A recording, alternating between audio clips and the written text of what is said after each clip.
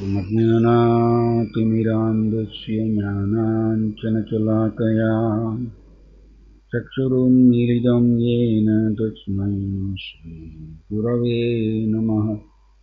नमो विष्णुपादाय कृष्णप्रस्थाय भूतले श्रीमते जयपताकस्वामिनिधि नामिने।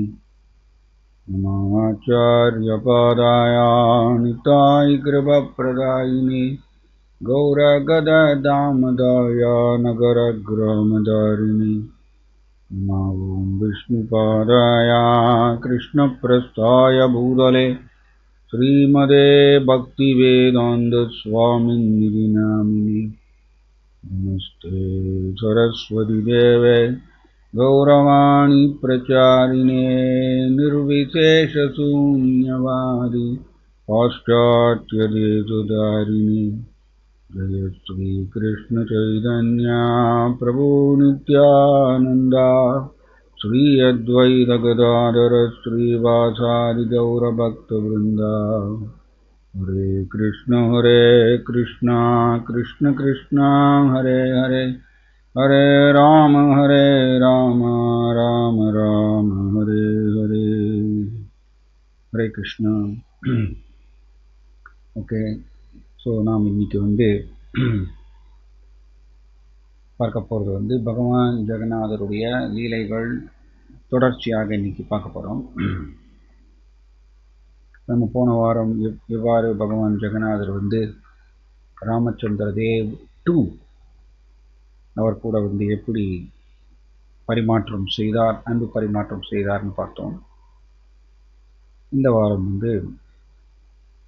ஒரிசாவில் ரொம்ப புகழ் வாய்ந்த ஒரு பக்தரான பக்த கவி சலபேகா, அவருக்கு இந்த மாதிரி ஒரு பட்டம் வந்தது, பக்த கவி அப்படின்னு. ஒரிசாவில் இவருடைய பாடல்கள் ரொம்ப ரொம்ப ரொம்ப புகழ் வாய்ந்தது. அதாவது பகவான் கிருஷ்ணரை நோக்கி நாம் அன்பு செலுத்துவதற்கு, பக்தி செலுத்துவதற்கு எந்த முன்தகுதியும் இல்லை, முன்தகுதியும் தேவையில்லை. யார் வேணா எப்பொழுது வேணா பகவான் ஜெகநாதர் கூட கிருஷ்ணா கூட பரிமாற்றம் செலுத்தலாம், அவரை நோக்கி அன்பு செலுத்தலாம். அன்பு செலுத்துவதற்கு எந்த ஒரு ஜட ரீதியான ஒரு தகுதியோ தடையோ கிடையாது. சிம்பிளி ஜீவாத்மா விரும்ப வேண்டும், அவ்வளோதான். ஸோ அது நமக்கு இந்த லீலையிலிருந்து நமக்கு தெரிய வருது. ஸோ இவர் எப்படின்னா, இவருடைய அப்பா லால் பேகா அப்படின்னு சொல்லுவாங்க. லால் பேகா அப்படின்னு. இந்த லால் பேகா முஸ்லீம், அவர் ஒரு முகல்னு சொல்லுவோம். அதாவது முஸ்லீம் படையில் லால் பேகா ரொம்ப ஒரு பிரமாதமான ஒரு வீரர். அண்ட் இந்த போன வாரம் சொன்ன மாதிரி அடிக்கடி இந்த முஸ்லீம் வீரர்கள் ஜஹாங்கீருடைய தலைமையில் இருந்து கொண்டு இந்த பூரி ஜெகநாத் டெம்பிளை அடிக்கடி பூரி ஜெகநாத் டெம்பிளை இடிக்கிறதுக்கு அவங்க முயற்சி செய்வாங்க. அப்படி பல தடவை அவர்கள் இந்த முஸ்லீம் படை வீரர்கள் ஜெகநாத் பூரி டெம்பிள் மேலே போர் தொடுப்பாங்க. அண்ட் ஜெகநாத் பூரியில் இருக்கக்கூடிய பாண்டாஸ் பூஜாரிகள் அவங்க எல்லோரும் சேர்ந்து ஜெகநாதர் மேலே இருக்கக்கூடிய அட்டாச்மெண்ட்டுனால அவங்க முன்னாடி நின்று சண்டை போடுவாங்க. இது ரெகுலராக இந்த மாதிரி நடந்துகிட்டே இருக்கும். ஸோ அப்படி நடக்கும் பொழுது ஒரு தடவை இந்த லால் பேகா ரொம்ப அவர் இந்த இந்த முஸ்லீம் படையில் ஒரு வீரராக இருந்தவர். ஜஹாங்கீருடைய தலைமையில் அவர் ரொம்ப ஆக்ரோஷமாக இந்த மாதிரி ரொம்ப உற்சாகமாக ஜெகநாத் பூரி கோவிலை இடிக்கிறதுக்கு மற்ற படை வீரர்களோட இவர் ரொம்ப உற்சாகமாக சண்டை போடுவாராம் லால் பேகா. இதை பார்த்ததுனால ஜஹாங்கீர் என்ன பண்ணுறாரு, மெதுவாக வந்து இந்த லால் பேகாவை வந்து கவர்னராக அப்பாயிண்ட் பண்ணிடுறாரு. வெஸ்ட் பெங்கால், மேற்கு வங்காளம் மற்றும் ஒரிசா ரெண்டுத்தினுடைய கவர்னராக வந்து இந்த லால் பேகாவை ஜஹாங்கீர் வந்து டெல்லியிலிருந்து அப்பாயிண்ட் பண்ணுறாரு. ஸோ இப்படி இருக்கும் பொழுது லால் பேகா வந்து ஒரு தடவை ஜெகநாத் பூரி டெம்பிளை வந்து இடிக்கணுங்கிறதுக்கோசரம் பெரிய படையோட கட்டக்லேருந்து கிளம்புறாரு. பரப்பட்டி ஃபோர்ட் நம்ம போன வாரம் கூட பார்த்தோம். பரப்பட்டி கோட்டை, இந்த பரப்பட்டி கோட்டையிலிருந்து கட்டக்லேருந்து கிளம்பி பெரிய படைகளோடு அவர் திரண்டு வரார். ஜெகநாத் பூரி டெம்பிளை வந்து இடிக்கணுங்கிற நோக்கத்தோடு.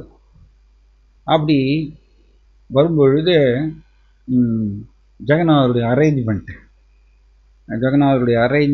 அவர் இப்படி கட்டக்கிலிருந்து பூரியை நோக்கி வரும்பொழுது வர வழியில் ஒரு கிராமம் வருது. அந்த கிராமத்தில் வந்து என்னென்னா தண்ட முகுந்தப்பூர்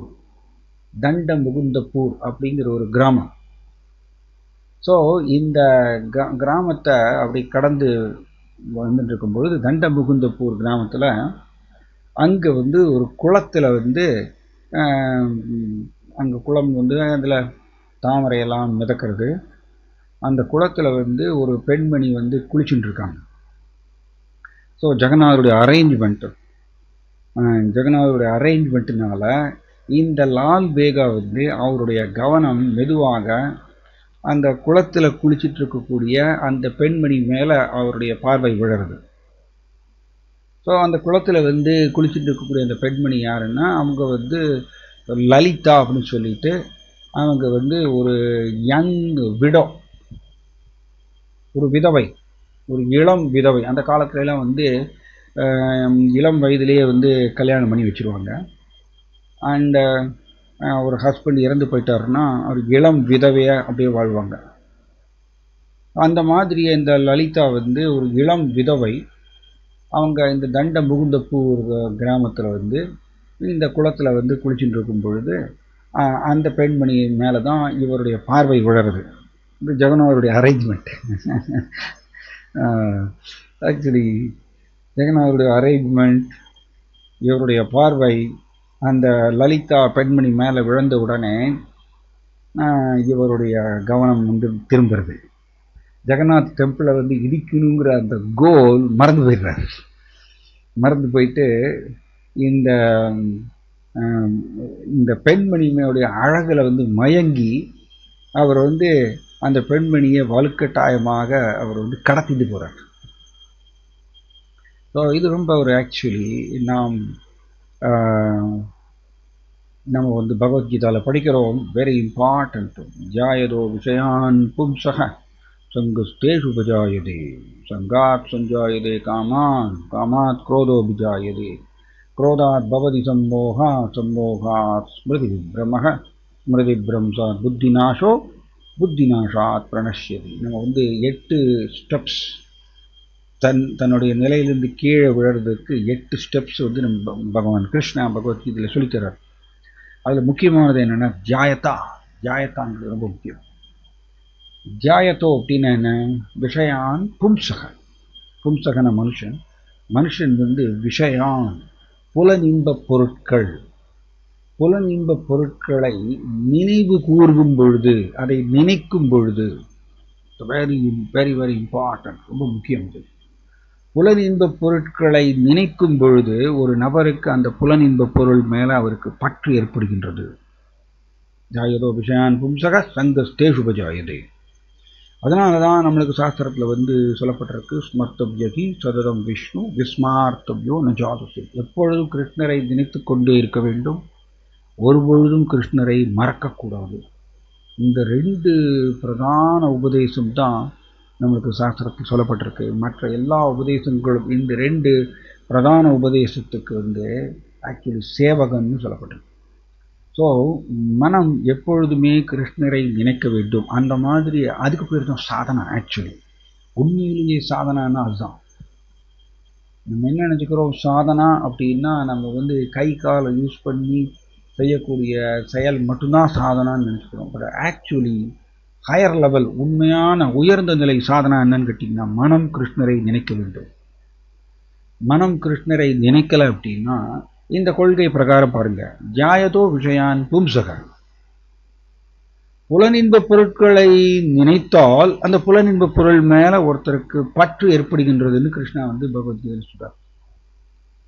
அதே மாதிரிய அதே மனதை நாம் பயன்படுத்தி கிருஷ்ணரை நினைத்தால் கிருஷ்ணர் மேல நம்மளுக்கு பற்று ஏற்படும்.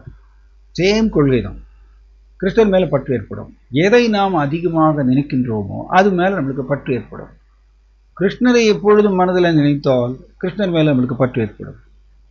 மனதில் எப்பொழுதும் புலனின்ப விஷயங்களை நாம் மனசில் நினைச்சுட்டே இருந்தோம்னா தென் மனசுல புலனின்ப விஷயங்கள் மேல பற்று ஏற்படும். இது கொள்கை. ஸோ அதனால நாம் இது வெரி இம்பார்ட்டன்ட். பக்தி யோக பயிற்சியை நம்ம செஞ்சுட்டு இருக்கும் பொழுது நமக்கு உள்ள இருக்கக்கூடிய இந்த சித்தா அப்படின்னு சொல்லுவாங்க. சித்தான்னு சொல்லிட்டு டெக்னிக்கலாக சொல்லுவாங்க. சித்தா அப்படின்னா இங்கிலீஷில் சொல்லணும்னா அது தமிழில் ஆழ்மனம்னு சொல்லலாம். ஆழ்மனம், சப்கான்ஷியஸ் மைண்ட்.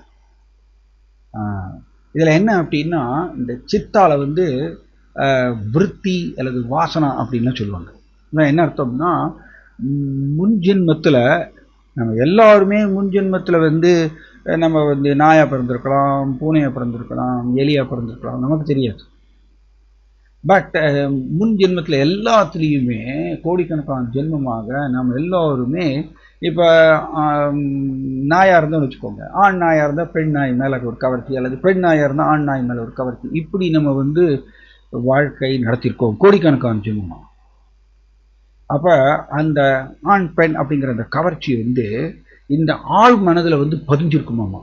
ஒவ்வொரு டைம் நம்ம முன் ஜென்மத்தில் இந்த புலனின்ப விஷயங்களில் ஈடுபடும் பொழுது அதனுடைய ஒரு அச்சு இந்த ஆழ் மனதில் பதிகின்றதம்மா. அது பேர் சித்தான்னு சொல்லிட்டு டெக்னிக்கலாக நம்ம சொல்கிறோம்.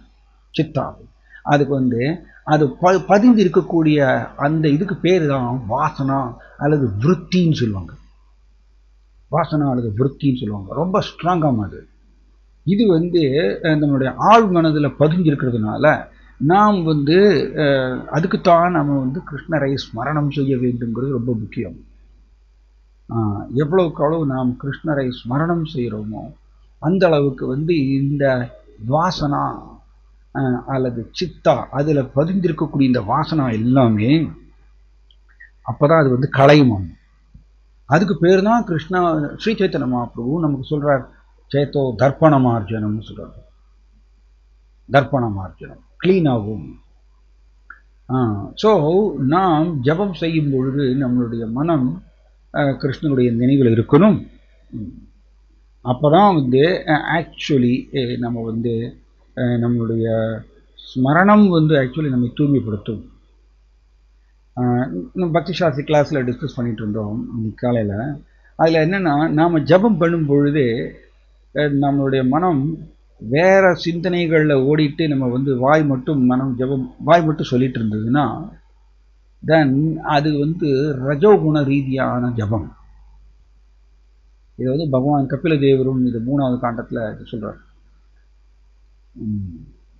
9 விதமான பக்தி தொண்டு பிரகலாத் மகாராஜா சொல்றார். ஆனால் கட்டுண்ட ஜீவாத்மா இந்த 9 விதமான பக்தி தொண்டை அணுகும் பொழுது அவர் ரஜோகுணத்தில் தமோ குணத்தில் தாக்கப்பட்டிருந்தால் இந்த 9 விதமான பக்தி தொண்டை அவர் அணுகும் பொழுது அது 81 விதமான கலப்படம் உள்ள பக்தி தொண்டாக அமைகின்றது. அப்போ பிரபுபாதர் பொருள் எழுதுறார். எப்படின்னா நாம் ஜபம் செய்வோம் கீர்த்தனம், ஆனால் அது நம்மளுடைய மனம் ஜட ரீதியான பல எண்ணங்களை நினைச்சுட்டே இருக்கும். தென் வாய் மட்டும் சொல்லிகிட்டே இருப்போம். அதுக்கு பேர் ரஜோகுண ரீதியான கீர்த்தன், ரஜசிக் கீர்த்தன் அல்லது ரஜோகுண கீர்த்தனம். அது இப்படி ஒவ்வொன்றும் இந்த குணங்கள் 9 விதமான பக்தி தொண்டு கூட தொடர்பு கொண்டு மொத்தம் 27 வருதாமா. 27 விதமான பக்தி தொண்டு. எகைன் இந்த 27 விதமான பக்தி தொண்டு திரும்பவும் ரஜசும் தமசும் கலந்த ஒரு தொடர்பு. இப்படி வர 27×3 81 விதமான பக்தி தொண்டாக கலப்படம் உள்ள பக்தி தொண்டாக அமைகின்றதாம். ஸோ பிரகலாத் மகாராஜா நம்மளுக்கு தூய பக்தி தொண்டை நம்மளுக்கு வழங்கியிருக்கார். ஆனால் கட்டுண்ட ஜீவாத்மாவாகிய நாம் அதை பயிற்சி செய்யும் பொழுது 81 விதமான கலப்படம் உள்ள பக்தி தொண்டாக தான் செய்கிறோம். அப்ப அது வந்து தூய்மை ஆகுவதற்கு லேட் ஆகும்.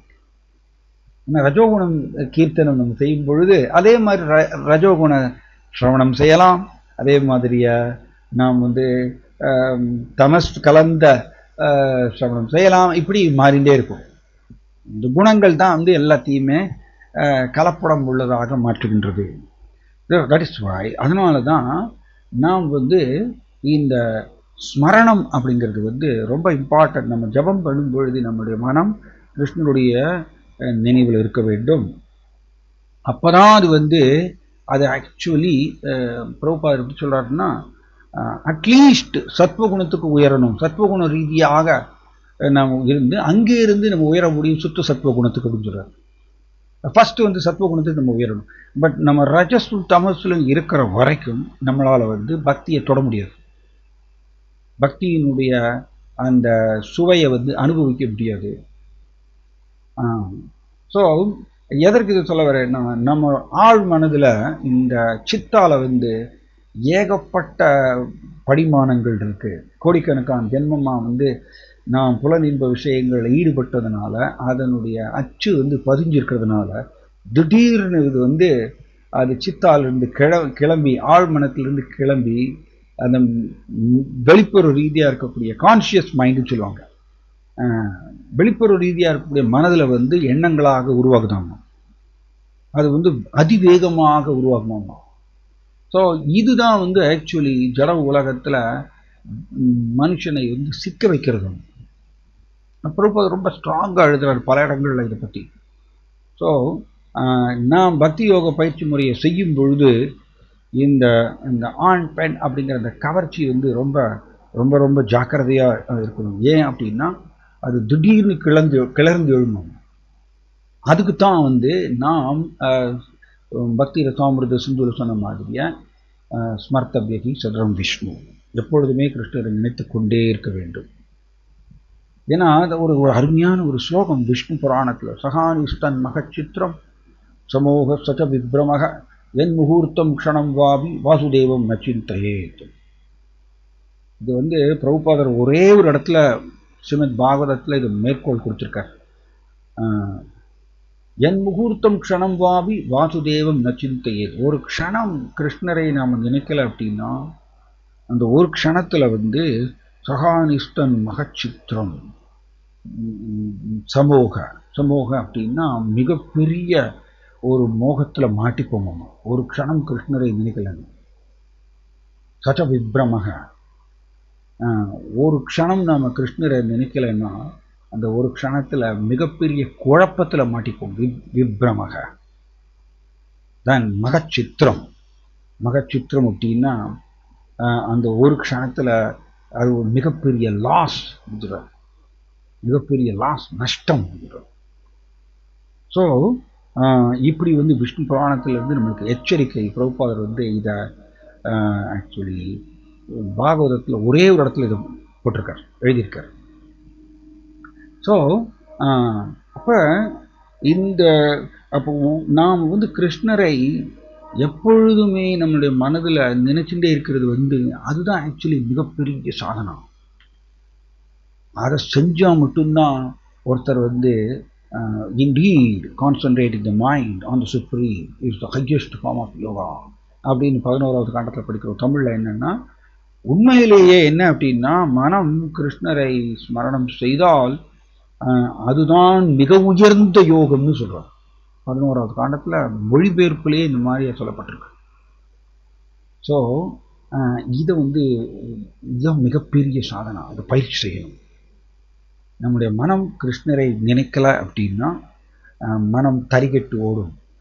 அது வந்து தொந்தரவு பண்ணும், பலவிதமான தொந்தரவுகளை ஏற்படுத்தும். அதை நம்மளும் எக்ஸ்பீரியன்ஸ் பண்ணியிருப்போம், நம்மளுடைய ஆன்மீக வாழ்க்கையில் நம்ம எக்ஸ்பீரியன்ஸ் பண்ணியிருப்போம்.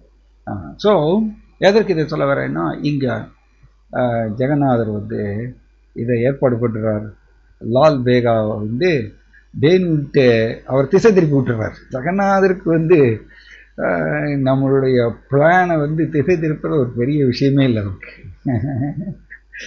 ஸோ அவர் என்ன பண்ணுறாரு, வேணும்ன்ட்டு இந்த லால் பேகாவுடைய பார்வை அந்த குளத்தில் குளிச்சுட்டு இருக்கக்கூடிய அந்த இளம் விதவை, அழகான இளம் விதவை லலிதா அவர் மேலே விழற மாதிரியே பண்ணிடுறார். அப்படி விழுந்த உடனே இவருடைய கோலில் மறந்து போயிடுது.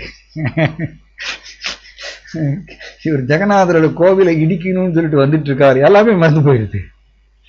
நான் அதுதான் பவர்ஃபுல், இதுக்கு பேர் தான் ஞானம் ஆவருத்திய தேகினம். இந்த பகவத்கீதாவில் நம்ம படிக்கிறோமே, இந்த காமம் வந்து என்ன பண்ணுமாமா, ஞானம் ஆவருத்திய தேகினம், மனுஷனுடைய ஞானத்தை மறைச்சிருமாமா. ஆவருத்திய வெரி பவர்ஃபுல்.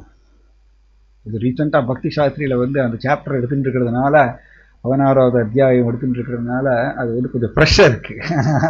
கிருஷ்ணனுடைய அந்த உபதேசம் ரொம்ப ப்ரெஷர். ஸோ இது வந்து ஆக்சுவலி இந்த கவர்ச்சி வந்து எதிர்த்தரப்பு இனம் இல்லையா, அந்த ஆண் பெண் கவர்ச்சி இது இருக்கிற வரைக்கும் ஆக்சுவலி ஒருத்தர் கிருஷ்ணர் பக்கம் போக முடியாது. ஏன்னா இது வந்து நம்ம வந்து படிக்கிறோம், கிளங்லினஸ் அப்படின்னு நம்ம படிக்கிறோம், தூய்மை வந்து போகின்றது. அப்படின்னா என்ன அர்த்தம்னா, நம்மளுடைய இருப்பில் அசுத்தம் ஏற்படும். ஒருத்தர் வந்து இந்த எதிர்த்தரப்பு இனத்துல கவரப்படுற வரைக்கும். ஆனால் இதை வந்து செயற்கையாக ஒருத்தர் வந்து இதை கட் பண்ண முடியாது. அதற்கு வழி என்ன, ஒரே வழி என்னன்னா கிருஷ்ணரை ஸ்மரணம் செய்ய வேண்டும். கிருஷ்ணரை இடைவிடாமல் ஸ்மரணம் செஞ்சுட்டே இருக்கணும். மனம் வந்து கிருஷ்ணரை நினைச்சுட்டே இருக்கணும். இது வந்து மிகப்பெரிய ஒரு சாதாரண பயிற்சியாக நம்ம எடுத்து பண்ணணும். இல்லைன்னா ஜட உலகத்தில் பிரபுபாதர் சொல்றார், ஜட உலகம் வந்து கண்டேஜியஸ் அப்படின்னு சொல்றாரு, எங்க தொட்டாலும் அசுத்தம் அப்படின்னு சொல்றாரு. ஜட உலகம் அப்படித்தான், நம்ம எங்க தொட்டாலும் அசுத்தம், ரொம்ப கேர்ஃபுல்லா இருக்கணும் அப்படின்னு சொல்றாரு. ஒரு லெட்டர்ல எழுதுறாரு இந்த மாதிரியே. ஸோ இது வந்து இந்த லால் பேகாவுக்கு நடந்த மாதிரிய பெரிய பெரிய ஸ்டால்வார்ட் பிக் பெரிய பெரிய பக்தர்கள் கூட திசை திரும்பி போயிடுறாங்க எதிர்த்தரப்பு இனத்தில் இருக்கக்கூடிய அந்த கவர்ச்சினால. அதுக்கு பேர் தான் நம்ம அடிக்கடி டிஸ்கஸ் பண்ணுறோம், கிருஷ்ணர் உன்னத அனுபவிப்பாளர் அப்படிங்கிறத நாம் வெறும் தத்துவ ரீதியாக தான் தெரிஞ்சுட்டு இருக்கோம். அதை உண்மையிலேயே அதை நாம் இன்னும் ஏற்றுக்கொள்ளவில்லை. அது இன்னும் அனுபவிக்கின்ற சுபாவம் நமக்கு எல்லாருக்கும் உள்ளே இருக்கதான் செய்யாது. அது இருக்கிற வரைக்கும் மாயா வந்து கொக்கி போட்டு இழுத்துட்டே இருப்பாங்க, அது பண்ணிகிட்டே இருப்பாங்க. ரைட், மாயாவை நம்ம வந்து ஏமாத்தல முடியாது. ஓகே, ஸோ இந்த லால் பேகா அந்த கதைக்குள்ளே போவோம். இந்த லால் பேகா ஜெகநாதருடைய கோவில் இடிக்கணுங்கிறது மறந்து போயிடுறார். மறந்து போயிட்டு அவர் வந்து குளத்தில் குளிச்சுட்டு இருக்கக்கூடிய அந்த லலிதாவை வந்து வலுக்கட்டாயமாக கடத்திட்டு அவர் கட்டக்கு கொண்டு போயிடுவார். கட்டக்கு கொண்டு போன உடனே இந்த பெண்மணி வந்து சொல்கிறாங்க, என்னை தயவு செய்து விட்டுருங்க, என்னை விட்டுருங்க, நான் வந்து ஒரு பிராமணி, நான் ஒரு விதவை, ஒரு பிராமணி, என்னை இப்படி வந்து நீங்கள் கடத்திட்டு தூக்கிட்டு வந்துட்டீங்களே, என்னை விட்டுருங்கன்னு சொல்லிட்டு அவங்க கேட்குறாங்க. இவ்வளவு சொல்லியும் ஆனால் காமம் வந்து ஒரு தலைக்கு மேலே ஏறி உட்காந்துருச்சு லால் பேகாவுக்கு முன்னாடி. அதனால் ஒன்றுமே கண்ணை மறைச்சிடும் சொல்லுவாங்க இல்லையா, தமிழில் கண்ணை மறைச்சிடும். அதுக்கு பேர் ஞானம் ஆவருத்தி தேகினம் அன் கிருஷ்ணா ஆவிரதம் ஞானம் ஏதேன்னு திரும்பவும் சொல்கிறார் பகவத்கீதை. ஆவிரதம் ஞானம் ஏதேனா, ஆவிரதம் மூடிடும். நிறைய ரெக்கார்ட் சாஸ்திரத்தில் ஏகப்பட்ட ரெக்கார்டு இருக்குது, இது பதிவுகள் இருக்குது சம்மந்தமாக. ஓகே, ஸோ அதனால் நமக்கு வழி என்ன அப்படின்னா, சோழினஸ் ராதாநாத் சுவாமி வர்றது ரொம்ப அருமையாக சொல்லுவார். ஏன்னா விஜயதசமி இப்போ வர்றதுனால சம்மந்தமாக சொல்கிறேன்.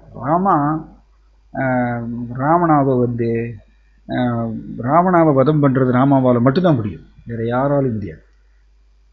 33 கோடி தேவர்கள் இந்திரனால் கூட ராவணாவை வதம் பண்ண முடியல. அண்ட் ராவணாவை கட்டு 33 கோடி தேவர்களும் 14 லோகம் உங்களும் வந்து பயந்து நடுக்கினாங்களாம் ராவணாவை கண்டு. ஃபைனலி ராமா தான் வந்து ராவணாவை வதம் பண்ண முடியும். அண்ட் ராமாட்ட தான் அந்த பானம் இருக்கு. ராவணாவை வதம் பண்ணக்கூடிய பானம் அவர்கிட்ட தான் இருக்கு, வேற யார்ட்டையும் எந்த மனுஷன்ட்டையும் கிடையாதாங்க. அப்படிதான் ஒரு இடத்துல நான் படித்தேன். இந்த ராவணா யார் அப்படின்னா, நம் ஹிருதயத்தில் உட்கார்ந்துருக்கக்கூடிய காமம். நம் ஹிருதயத்தில் இந்த காமம் உட்கார்ந்துட்டு இருக்காருன்னா என்ன அர்த்தம், ராவணா உட்கார்ந்துட்டு இருக்காருன்னு அர்த்தம். ஸோ இந்த ராவணாவை வதம் பண்ணக்கூடிய ஆயுதம் எந்த மனுஷன்ட்டையும் கிடையாதாம், எந்த மனுஷன்ட்டையும் கிடையாதாம். அது கிருஷ்ணனுடைய டிசைன் அப்படின்னா, சிருஷ்டி அப்படின்னா. ஸோ இந்த காமத்தை வதம் பண்ணுறதுக்கு ராமா கிருஷ்ணா அவங்க மட்டும்தான், அவங்கள்ட்ட தான் இந்த ஆயுதம் இருக்குது, காமத்தை அவங்க அழிப்பாங்க. ஸோ விஜயதசமியிலிருந்து நம்மளுக்கு கிடைக்கக்கூடிய பாடம் இதுதான். ராமச்சந்திர பகவான் ராவணாவை தன்னுடைய ராமபாணத்தை விட்டு அவர் வதம் பண்ணினார். அது ஒரு ஆக்சுவலி இங்கே பார்த்தீங்கன்னா ராவணா 10 தலைகள் வச்சுட்டு இருந்தார். ராமா என்ன பண்ணாராமா, முதல்ல எளிமையான ஆயுதங்களை போட்டாராமா, எளிமையான அஸ்திரங்களை போட்டாராமா. அது ராவணாவுடைய ஒரு தலை கட்டாச்சாமா, கட்டான உடனே 2 தலை முளைச்சிச்சாமா. இது எப்படி சொல்கிறாருன்னா, இசோலினஸ் ராதாநாத் சுவாமி மகாராஜ் எப்படி சொல்கிறாருன்னா, இதே மாதிரியே நம்மளுடைய காமத்தை போக்குவதற்கு பல விதத்தில் முயற்சி செய்வோம். எவ்வளவு போராடி நம்ம அதை கிள்ளி எடுத்தாலும் கூட மற்ற நேரத்தில் பூதோகரமாக வெளியில் வருமாமா, காமம் பூதோகரமாக முளைக்குமாமா. இது மிகப்பெரிய அனர்த்தம். ஆக்சுவலி கிருஷ்ணர்கிட்ட நம்ம கிட்ட போக விடாமல் தடுக்கிறது இது. ஃபைனலி ராமா என்ன பண்றாரு, தன்னுடைய சொந்த பானம் ராமபானத்தை போடுறாரு. ராமபானத்தை போட்ட உடனே ராவணாவுடைய நெஞ்சில் போய் அதை குத்தி அவர் கீழே இறந்து போயிடுறாரு. அதே மாதிரி தான் நம் ஹிருதயத்தில் இருக்கக்கூடிய ராவணா காமம், அவரை எத்தனை முயற்சி பண்ணாலும் சரி அது பூதாகரமா வெளியில வருமா. ஆனால் நாம் ராமா கிருஷ்ணா அவரை நினைக்கணும் அப்படி சொல்றார். இதோலினஸ் ராதாநாத் சுவாமி சொல்றார், நாம் அவரை ஸ்மரணம் செய்யும் பொழுது நம்முடைய ஸ்மரணம் மூலமாக ராமா கிருஷ்ணா அவர் நம்முடைய ஹிருதயத்துக்குள்ள நுழைந்து உள்ள இருக்கக்கூடிய காமத்தை அவர் அழிக்கிறாராம். கிருஷ்ணா ராமா இவரை நினைக்கணும். நம்ம ஸ்மரணம் கிருஷ்ணத்திலிருந்து வேறுபட்டதல்ல, தத்தூரே தத்வந்திக்கே அப்படின்னு நம்ம படிக்கிறோம் ஈசோபனிஷத்துல. கிருஷ்ணா ஒரே சமயத்தில் ரொம்ப தூரத்துல இருக்கார், அதே சமயத்தில் ரொம்ப பக்கத்துல இருக்கார். இதுதான் அச்சிந்தியா, கற்பனைக்கு எட்டாத ஒரு சக்தி, பகவானுடைய கற்பனைக்கு எட்டாத சக்தி. அதே சமயத்தில் ஒரே சமயத்தில் எப்படி கிருஷ்ணா பக்கத்துல இருக்கார், அதே சமயத்தில் கிருஷ்ணா ரொம்ப தூரத்துல இருக்காரு, நம்மளுக்கு புரியாது. நம்மளை பொறுத்த வரைக்கும் நம்ம ஒரு ஏரியாவில் இருக்கோம் அப்படின்னா அந்த ஏரியாவில் தான் இருக்க முடியும், அதே சமயத்தில் வேற ஒரு ஏரியாவில் நம்மளால் இருக்க முடியாது. இது நம்முடைய ஜட ரீதியான அனுபவம். பட் பகவான் கிருஷ்ணா கற்பனைக்கு எட்டாதவர். அவர் தத்தூரே தத்வந்திக்கே, ரொம்ப தூரத்தில் இருக்கார். அது என்ன அர்த்தம், நாம் கிருஷ்ணரை நினைக்கவில்லை என்றால் அவர் ரொம்ப தூரத்தில் இருக்கார். The important point. நம் ஹிருதயத்தில் பரமாத்மாவாக பக்கத்திலே உட்கார்ந்துட்டு இருக்கார். ஆனா நாம் கிருஷ்ணரை நினைப்பது ஜீவாத்மாவுடைய சுதந்திரம்.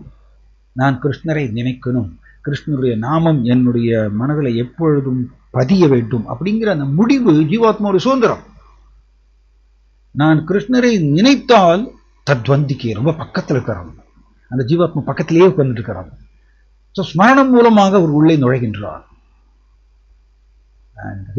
ராதாநாத் சுவாமி மகாராஜ் அந்த ஸ்மரணத்துக்கும் கிருஷ்ணருக்கும் வேறுபாடு கிடையாது. ஆக்சுவலி கிருஷ்ணா தான் ஸ்மரணம். ஆனால் நாம் கிருஷ்ணரை நினைக்கவில்லை என்றால், நம்முடைய சுதந்திரத்தை தவறாக பயன்படுத்தி கிருஷ்ணரை நினைக்கலைன்னா தத்தூரே, பக்கத்திலேயே பரமாத்மா உட்கார்ந்திருந்தாலும் கூட அவர் ரொம்ப தூரமா இருக்கார்.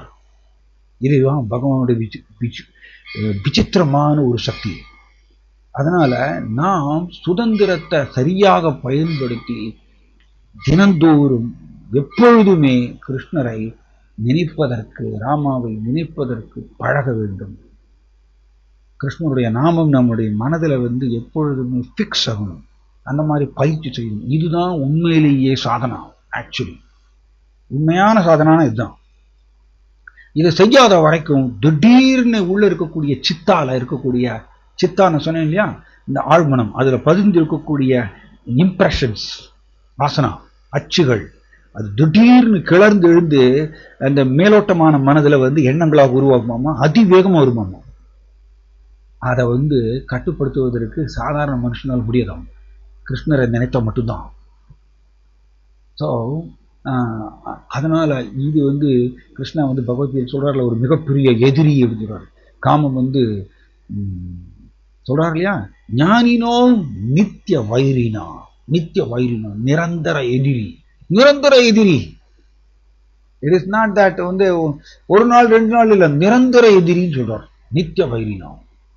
ஸோ அதனால் நாம் தினந்தோறும் கிருஷ்ணரை நம்மளுடைய மனதில் ஸ்மரணம் செய்கிற மாதிரி நம்ம வாழ்க்கையை அமைச்சுக்கணும். இது நம்மளுடைய விருப்பம். Okay right. இந்த லால் பேகா வந்து இந்த லலிதாவை கடத்திட்டு அவர் வந்து கட்டக் கொண்டு போயிடுறாரு. அந்த லலிதா எவ்வளவோ சொல்லி பார்க்குறாங்க, தயவு செய்து என்னை விட்டுருங்க, நான் ஒரு பிராமணி, நீங்கள் ஒரு முஸ்லீம், என்னை விட்டுருங்க அப்படின்னு சொல்லி. அதெல்லாம் முடியாது. அவர் கடைசியில் வேறு வழி இல்லை. லலிதா பார்க்குறாங்க, தான் வந்து தோற்று போயிட்டோம் இவர்கிட்ட. இவரோ வந்து காமமே உருக்கொண்ட ஒரு நபராக இருக்கார் லால் பேகா. இவற்றிருந்து எப்படி தப்பிக்கிறது, வேறு வழி இல்லாமல் லலிதா ஓகேன்னு சொல்லிட்டு சம்மதிக்கிறாங்களாமா லால் பேகாவுடைய மனைவி ஆகிறதுக்கு. ஸோ லால் பேகாவுடைய மனைவியாக அவங்க மாறிடுறாங்க. வேறு வழி இல்லை அவங்களுக்கு. அந்த மாதிரி இக்கட்டான சூழ்நிலைக்கு நெருக்கப்பட்டாங்க. ஸோ லால் பேகா இந்த லலிதாவை மேரேஜ் பண்ணிக்கிறாங்க. மேரேஜ் பண்ணிட்டு வழக்கம் போல் அவங்களுக்கு பேர் மாற்றிடுறாரு. என்ன பேர்னா ஃபாத்திமா பீவி. ஃபாத்திமா பீவி அப்படிங்கிற ஒரு பெயர், ஒரு வந்து முஸ்லீம் பெயர் அந்த பெண்ணுக்கு கிடைக்கிறது. ஸோ லால் பேகாவுக்கும் இந்த ஃபாத்திமா பீவிக்கும் வந்து ஒரு குழந்தை பிறக்கிறாங்க. அந்த குழந்தை சலபேகா. இந்த சலபேகாவை வந்து லால் பேகா என்ன பண்ணுறாரு, ஆனால் ஒரு கண்டிஷன் என்ன சொன்னாங்கன்னா, இந்த ஃபாத்திமா இந்த லலிதா என்ன சொன்னாங்கன்னா, ஓகே நீங்கள் என்னை பலவந்தப்படுத்துறீங்க, நான் உங்களுடைய மனைவி ஆகணும்னு சொல்லிட்டு, வேறு வழி இல்லை, நான் வந்து கல்யாணம் பண்ணிக்கிறேன் உங்களை. ஆனால் ஒரு கண்டிஷன் என்னென்னா, நீங்கள் வந்து ஜெகநாதருடைய கோவிலை வந்து இனிமேல் இடிக்கிறதுக்கு முயற்சி பண்ணக்கூடாது. ஜெகநாதரோட கோவிலை இனிமேல் இடிக்க மாட்டேன், எனக்கு சத்தியம் பண்ணுங்க, அப்போ நான் உங்களை கல்யாணம் பண்ணிக்கிறேன் அப்படின்னு இவங்க வந்து ஒரு ப்ராமிஸ் வாங்கிக்கிறாங்க. ஸோ இப்படி லால் பேகாவும் ஃபாத்திமா பீவி லலிதா கல்யாணம் பண்ணிட்டு உங்களுக்கு ஒரு குழந்தை, அவர் தான் சலபேகா. இந்த சலபேகாவையும் இவரும் என்ன பண்ணுறாரு, அந்த முஸ்லீம் படையிலேயே அவர் ஒரு வீரராக வந்து சின்ன வீரராக பழகிறார். ஸோ இது என்ன ஆச்சு, லால் பேகா வந்து கவர்னராக இருக்கார் இல்லையா, கவர்னராக இருக்கார். வெஸ்ட் பெங்கால், மேற்கு வங்காளம் மற்றும் ஒரிசாவுக்கு கவர்னராக இருந்தார். ஆனால் ஜட உலகம் வெரி இம்பார்ட்டன்ட். இதுலேருந்து கிடைக்கக்கூடிய ஒரு பாடம் என்னென்னா, ஜட உலகத்தில் எந்த சூழ்நிலையும் நிரந்தரமானதல்ல. எப்போ வேணால் எந்த சூழ்நிலை வேணால் மாறும். நாம் சூழ்நிலை நிரந்தரம் நினச்சிட்டு இருந்தால் அது முட்டாள்தனம். நிரந்தரமானது நம்மளுடைய பக்தி தான். அதுதான் ஆக்சுவலி ஸ்ரீபாத் ராமானுஜாச்சாரியர் ரொம்ப அருமையாக சொல்கிறார். சனாதன தர்மானா என்னன்னு சொல்கிறார். Very beautiful. பகவத்கீதையில் முன்னுரையில் நம்ம படிக்கிறோம். சனாதன தர்மானா நிரந்தரமான ஜீவாத்மா, நிரந்தரமான பகவான் கிருஷ்ணாவுக்கு நிரந்தரமாக அன்பு தொண்டு செய்வது. இதுதான் சனாதன தர்மம். சனாதனான நிரந்தரம். ஸோ ஜீவாத்மா கிருஷ்ணாவை நோக்கி அன்பு செலுத்துவது தான் நிரந்தரமான ஜீவாத்மாவுடைய பிரிக்க முடியாத ஒரு தன்மை, பிரிக்க முடியாத தன்மை, இன்ட்ரின்சிக் குவாலிட்டின்னு சொல்லி. இதுக்கு பேர் தான் சனாதன தர்மம். சனாதன தர்மாங்கிறது வந்து சும்மா வந்து ஒரு மதம் அல்ல ஆக்சுவலி. ஏன்னா ஜீவாத்மா கிருஷ்ணனுடைய பின்ன பகுதியில், ஸோ கிருஷ்ணரை நோக்கி அன்பு செலுத்துவது, பக்தி செலுத்துவது தான் ஜீவாத்மாவுடைய இயல்பான நிலை. அதுதான் சனாதன தர்மம். அது என்றுமே மாறாது தான். அப்போ எதுக்கு இதுக்கு சொல்ல வரேன்னா, நாம் பக்தி யோக பயிற்சி முறை செஞ்சுட்டு இருக்கோம். நம்மளுக்கு வந்து ஜட உலக வாழ்க்கையில் வெளியிலையும் சரி, இஸ்கான்லையும் சரி, இஸ்கான்குள்ளேயும் நீங்கள் வந்து ஒரு பதவியில் இருக்கலாம், இஸ்கான்குள்ளேயும் நீங்கள் ஒரு பதவியில் இருக்கலாம், வெளியிலையும் நீங்கள் ஒரு பதவியில் இருக்கலாம். ஆனால் இந்த பதவி அப்படிங்கிறது வந்து நிரந்தரமானதல்ல. ஏன்னா இந்த முக்குணங்கள் மாறிண்டே இருக்கிறதுனால திடீர்னு சூழ்நிலை மாறும். சூழ்நிலை மாறும், நமக்கு சோதனை வரும், டெஸ்ட் வரும். நாம் வந்து உண்மையிலேயே கிருஷ்ணரை விரும்புகின்றோமா, பக்தியை விரும்புகின்றோமா, இல்லை இந்த பதவியை விரும்புகின்றோமா அப்படின்னு சொல்லிட்டு மாயா டெஸ்ட் பண்ணும். கிருஷ்ணாவும் டெஸ்ட் பண்ணுவார். நாம் அதனால தான் கிருஷ்ண பக்த நிஷ்காமா அதையே வசாந்தா. கிருஷ்ண பக்தருடைய லட்சணம் என்ன, அவர் எனக்கு கிருஷ்ணர் மட்டும் போரும், எனக்கு கிருஷ்ணர் மட்டும் போரும், எனக்கு பக்தி மட்டும் போரும், எனக்கு இந்த பதவி புகழ் இதெல்லாம் எனக்கு வேண்டாம். அவர் தெளிவாக இருக்கார். அவர் தான் உண்மையான பக்தர். நம்ம வேற எதையாவது விரும்பினோம்னா, பக்தி யோக பயிற்சி முறை செஞ்சுட்டு இருக்கும்பொழுது வேணுன்ட்டே மாயா வந்து கொடுக்கும், நம்மளுக்கு பதவியை கொடுக்கும், புகழை கொடுக்கும், செல்வம் செல்வாக்கு எல்லாத்தையும் கொடுக்கும். நம்ம அதில் வந்து மயங்கி போனோம்னா மாயா என்ன பண்ணுவாங்க, மாயாவுடைய ஒரு செயல்பாடு எப்படி தெரியுமா, ரொம்ப ஸ்பெஷல். அவங்க அப்படியே மேலே தூக்கி தூக்கி தூக்கி தூக்கி அப்படியே உச்சாணி கொண்டு போயிடுவாங்க. உச்சாணி கொண்டு போயிட்டு அங்கேருந்து பொத்துன்னு கீழே போடுவாங்க. அங்கேருந்து கீழே விழுந்தா எப்படி? இப்போ ஏணியில் வந்து 2வது படியிலேருந்து கீழே விழுந்தோம்னா பெருசாக நம்மளுக்கு அடிபடாது. 10வது படியிலேருந்து கீழே விழுந்தோம்னா எலும்பெல்லாம் உடஞ்சிரும் நமக்கு இல்லையா? மாயா வந்து நம்ம எதை விரும்புகிறோமோ அதை கொடுப்பாங்க, அதை ஏற்பாடு செய்வாங்க. நாம் அதனால தான் கிருஷ்ணரை மட்டும்தான் விரும்புகிறோம். எனக்கு பக்தி போகும், எனக்கு வேற எதுவும் எனக்கு வேண்டாம் அப்படிங்கிறது தெளிவாக இருக்கணும். வேற எதையாவது விரும்பினோன்னு போச்சு, அதனால தான் ஜாக்கிரதையாக இருக்கணும். அதனால தான் நம்ம வந்து இதை டிஸ்கஸ் பண்ணுறோம். எப்பொழுதுமே கிருஷ்ணரை ஸ்மரணம் செய்ய வேண்டும். ஏன்னா மனம் தானே ஆசைப்படுறது, மனம் தானே புகழ் ஆசைப்படுறது, பதவி ஆசைப்படுறது, செல்வத்தை ஆசைப்படுறது, புலன் இன்பத்தை ஆசைப்படுறது மனம் தானே. அதனால மனம் எப்பொழுதும் கிருஷ்ணரை நினைத்து கொண்டே இருக்கிற மாதிரி பழகினால் தென் வேற எந்த ஆசை உள்ள நுழைய முடியாது. அதனால தான் நம்ம இதை டிஸ்கஸ் பண்ணுறோம். இதுதான் உண்மையிலேயே சாதனா. ஆக்சுவலி இதை செய்யாமல் வெளிப்புற ரீதியாகவே நம்ம ஆழ்ந்திருந்தால் திடீர்னு மாயா வந்து நம்மளை சிக்க வைப்பாங்க. ஸோ எதற்கு சொல்ல வரேன், ஜட உலகத்தில் இருக்கக்கூடிய ஒரு பதவியோ புகழோ செல்வமோ செல்வாக்கோ அது வந்து நிரந்தரமானது நினைத்தால் நம்ம ஏமாந்து போகிறோம். மாயா வந்து திடீர்னு பறிச்சிருவாங்க. பறித்தா என்ன ஆகும், நம்மளுடைய உடஞ்சி போயிடுவோம், மனம் உற்சாகமெல்லாம் உடஞ்சி போயிடுவோம். உடஞ்சி போயிட்டு நம்மளால் பக்தி செய்ய முடியாமல் அப்படியே அந்த உற்சாகம் இல்லாமல் இருப்போம். அதுதான் டேஞ்சர். அகைத்துகி அப்பிரதிகதான என்ன அர்த்தம்? அகைத்துகி அப்பிரதிகதானா எந்த சூழ்நிலையிலையும் நாம் கிருஷ்ணரை நோக்கி தங்கு தடையின்றி எந்த ஒரு கண்டிஷனும் போடாமல் கிருஷ்ணாவை நோக்கி பக்தி செய்யணும். எனக்கு பாதகமாக இருந்தாலும் சரி, எனக்கு சாதகமாக இருந்தாலும் சரி, சூழ்நிலை எனக்கு சாதகமான சமயத்தில் மட்டும் நான் கிருஷ்ணாவை நோக்கி பக்தி செய்வேன். பாதகமாக வந்துருச்சுன்னா நான் ஐயோ வந்துட்டு நான் அழறது வந்து அது வந்து துக்கேஷு அனுத்விக்னமனாக சுகேஷு விகதஸ்பிருகா வீதராக பயக்ரோதா மன்மயா மாமுபாசுதாக. கிருஷ்ணா வந்து பகவத்கீதையில் ரொம்ப அருமையாக சொல்லிக்கிறார். துக்கேஷு அனுத்விக்னமனாக, துக்கம் வரும்போது கிளர்ச்சி அடையாத மனம். சுகேஷு விகதஸ்பிருகா, சுகம் வரும்பொழுது கூத்தாடாத மனம். சுகம் வரும்போது அப்படியே கூத்தாடுவோம் இல்லையா, ஆனந்த கூத்துன்னு சொல்லுவோம் இல்லையா. சுகம் வரும்பொழுது கூத்தாடாத மனம், அப்படிதான் இருக்கணுமாமா. வீதராக பயக்ரோதம். வீதராக, வீதராகனா ரொம்ப அருமையான சுலபம். வீதராகனா ராகான அட்டாச்மெண்ட் இல்லாமல். தென் பயக்ரோதா, பயத்திலிருந்து விடுபட்டு, குரோதா கோபத்திலிருந்து விடுபட்டு, மன்மயா மாம் உபாசுதாக. Very nice. அவர்கள் மாம் உபாசுதாக என்னை வழிபாடு செய்கின்றார்கள். எப்படி? மன்மயா, மன்மயா அவர்களுடைய மனம் என்னில் லயித்து. Very important. ஸோ மனம் கிருஷ்ணரில் லயிக்காத வரைக்கும் டேஞ்சர் தான்.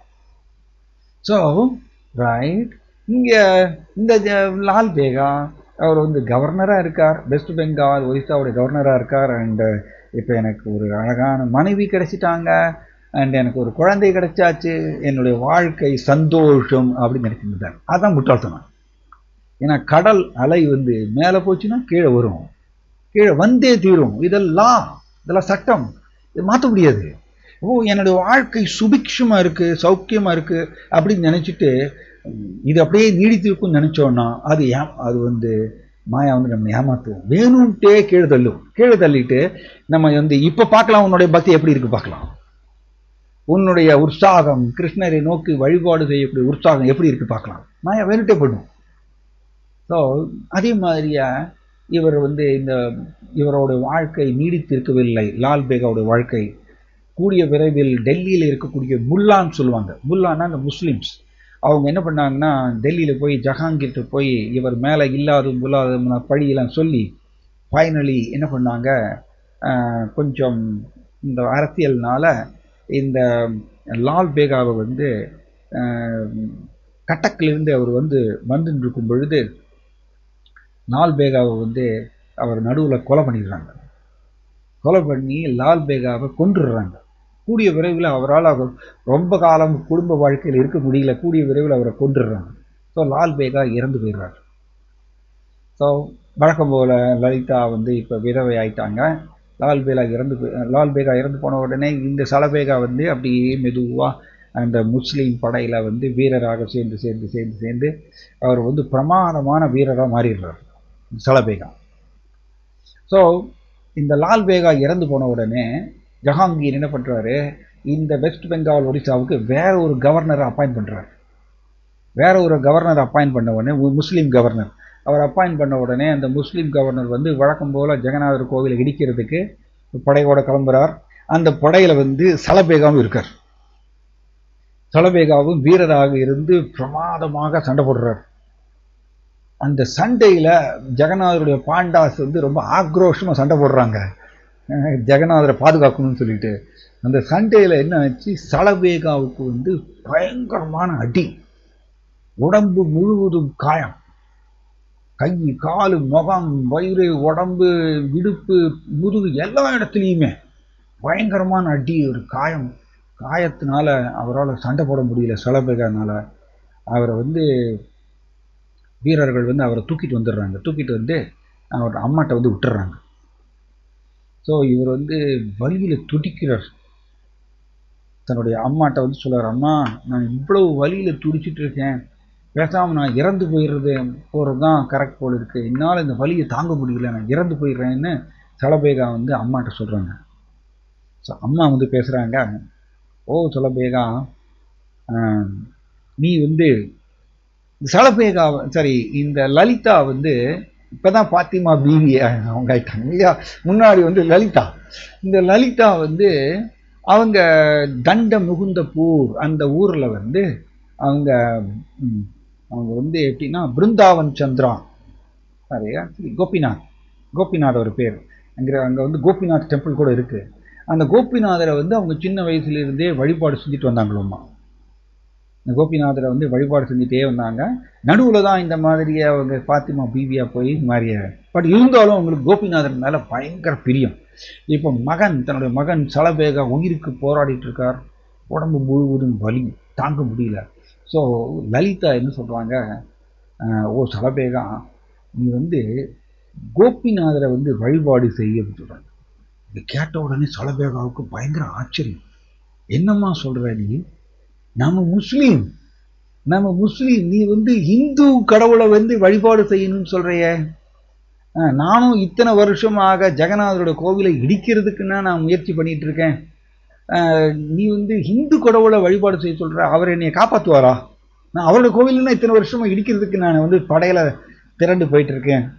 அண்ட் எல்லாத்துக்கும் மேலே நீ வந்து ஒரு சிறந்த முஸ்லீம், உண்மையான ஒரு முஸ்லீம், நீ எப்படி வந்து கோபிநாதரை வழிபாடு செய்ய சொல்கிற, எனக்கு ரொம்ப ஆச்சரியமாக இருக்குன்னு சொல்லிட்டு மகன் சலபேகா அம்மாட்ட கேட்குறாரு.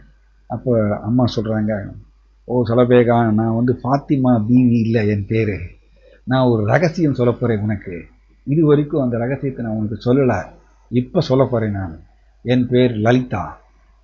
நான் வந்து இந்த மாதிரி தண்ட இந்த பூரில் குளத்தில் குளிச்சுட்டு இருக்கும்போது உங்கள் அப்பா வந்து என்னை கடத்திட்டு வந்துட்டாரு அப்படிங்கிற அந்த ரகசியத்தை வந்து சலபேகாட்ட சொல்கிறாங்க. சொல்லும் பொழுதே இந்த லலிதா வந்து அழுகிறாங்க. உங்கள் அப்பா இந்த மாதிரி பலவந்தமாக என்னை கடத்திட்டு வந்து என்னைய வந்து ஃபாத்திமா பீவியை மாற்றிட்டாரு அப்படின்னு அழறாங்க. அப்போ சலபேகாவுக்கு ஷாக். அப்போதான் அவருக்கு புரியுறது, தன்னுடைய அம்மா வந்து ஒரு லலிதா அப்படின்னோடனே அவருக்கு வந்து புரியுறது. சலபேகா வந்து, அம்மா நீங்கள் என்ன சொன்னாலும் நான் கேட்குறேன், நான் உங்கள் வயிற்றுலேருந்து வந்த குழந்தை, நான் நீங்கள் என்ன சொன்னாலும் நான் கேட்குறேன், நீங்கள் எப்படி இந்த கோபிநாதரை எப்படி வழிபாடு செய்யணும், அவர் எப்படி இருப்பார், அவர் எங்கே இருக்கார், அவருடைய அழகை என்ன கொஞ்சம் சொல்லுங்கள், எனக்கு தெரியாது அவர் பற்றி அப்படின்னு சலபேகா கேட்குறார். வேணும் குவனந்தம் அரவிந்த தலாயதாட்சம் வர்ஷாவதம்சம் அசிதாம்புர சுந்தராங்கம் கந்தர்ப்ப கோடி கமனீய விசேஷ சோபம் கோவிந்தம் ஆதி புருஷம் தமகம் புஜாம். பியூட்டிஃபுல் சொல்கிறார். பிரம்மாவுடைய ரொம்ப ஆழ்ந்த ஒரு ரியலைசேஷன், அவருடைய என்ன சொல்கிறது, இன்டென்ஸ் ஸ்மரணம், ஒரு தீவிர ஸ்மரணம். அதனால தான் இந்த பாட்டை அவர்கிட்ட வெளியில் வரும் இல்லையா. எப்படி வர்ணித்து பாடுறார் பாருங்க பிரம்மா. வேணும் ஆனந்தம், கிருஷ்ணருடைய ஒவ்வொரு அங்கத்தில் இருக்கக்கூடிய ஒவ்வொரு அழகையும் வந்து வர்ணித்து பாடுறார் இந்த பாடல்ல. அவர் வந்து என்ன வேணும், அவர் வந்து புல்லாங்குழல் வைத்திருக்கின்றார், அரவிந்த தலாய தாட்சம், அவரோட கண்கள் எப்படிப்பட்டது, தாமரை போன்ற அழகான கண்கள். அரவிந்த தலானா அந்த தாமரை இதழ்கள், அது மாதிரிய அழகான கண்களாம். இங்கிலீஷ்ல சொல்லுவாங்க ப்ளூமிங் லோட்டஸ் சொல்லுவாங்க. அப்படி மலர்ந்த தாமரை, அன்றளர்ந்த தாமரை சொல்லுவோம் இல்லையா, அந்த மாதிரி அவருடைய கண்கள் அழகான கண்களாம். அதனால தானே கிருஷ்ணாவுக்கு வந்து நீங்கள் பார்த்தீங்கன்னா அவருக்கு பல பெயர் இந்த மாதிரிலாம் இருக்கு. பங்கஜநாபா அப்படின்னு சொல்லுவோம். பங்கஜான்னா தாமரை. ஸோ இப்படி நம்ம வந்து யஸ்மரேத் புண்டரீகாட்சம்னு சொல்கிறோம். பல பல பெயர்கள் இது மாதிரி பகவானுக்கு பல பல பெயர்கள். புண்டரீக அக்ஷா, அக்ஷான கண்கள், புண்டரீக தாமரை போன்ற அழகான கண்கள். ஸோ வர்ணிக்கிறாங்க இந்த லலிதா தன்னுடைய மகன் சலபேகாவுக்கு கோபிநாதரோட அழகை வர்ணிக்கிறாங்க. பர்காவதம்சம் அதிதாம்புத சுந்தர அங்கம். பர்காவதம்சம், அவர் தலையில மயிர்பீலி வச்சுட்டு இருக்காரு. ரைட். பர்காவதம்சம் அசித் அம்புத சுந்தர அங்கம். அவருடைய அங்கம், அவருடைய ரூபம் எப்படிப்பட்டது? சுந்தர அங்கம், ரொம்ப ரொம்ப ரொம்ப பியூட்டிஃபுல், ரொம்ப கவர்ச்சிகரமானது, அழகானது. அண்ட் அவரோட கலர் என்ன? பிரம்மா எல்லாமே பாடியிருக்கார். சும்மா வந்து எப்படி ஒரு அருவவாதி வந்து இப்படி பிரம்மா பாடி இருக்கும் பொழுது எப்படி பகவானுக்கு ரூபம் இல்லைன்னு ஒரு அருவவாதி சொல்றாரு. ரொம்ப ஆச்சரியமா இருக்கு. அசித் அம்புத சுந்தர அங்கம். அசித் அம்புதா, அதான் அசித் அம்புதான்னா மழை வர்றதுக்கு முன்னாடி இந்த கரு மேகம் உருவாகும். கரு மேகம், அந்த கரு மேகத்தினுடைய கலராமா கிருஷ்ணனுடைய கலர் அசித் அம்புத. அதாவது முராரி குப்தர் ரொம்ப அருமையா சொல்லுவார். சாதாரணமா கிருஷ்ணர் வந்து ஆக்சுவலி கருப்பு தான். கிருஷ்ணர் வந்து கருப்பு தான். ஆனால் இந்த உலகத்துல கருப்பு வந்து ஷைனிங்கா இருக்காரு. பொதுவாக கருப்பு வந்து ஷைனிங்கா இருக்காரு. ஆனா கிருஷ்ணர் வந்து ஜட உலகத்தினுடைய விதிமுறைகளுக்கு அப்பாற்பட்டவர். அவர் கருப்பு கலரா இருந்தாலும் ஷைனிங்கா இருப்பாராமா, ஜொலிப்பாராமா. அதனால ஆக்சுவலி எப்படி சொல்றாருன்னா முராரி குப்தர் ரொம்ப அருமையா சொல்லுவார். கருப்பு கலரை போட்டு பெயிண்டிங் பண்ணணும்னு வச்சுக்கோங்க. இந்த ஜட உலகத்துல ஒரு பெயிண்டர் வந்து கருப்பு கலரை போட்டு கிருஷ்ணரை பெயிண்ட் பண்ணாருன்னா அது ஷைனிங்கா வராது. அதனால கொஞ்சம் ப்ளூ சேர்க்கிறாங்க. ஆக்சுவலி கிருஷ்ணாவுடைய கலர் பிளாக் தானம்மா. ஆனால் பிளாக்கா இருந்தாலும் ஷைனிங் ஆகும், ஜொலிக்கக்கூடியவராகும். ஏன்னா ஜட ரீதியான விதிகளுக்கு அப்பாற்பட்டவர் கிருஷ்ணா.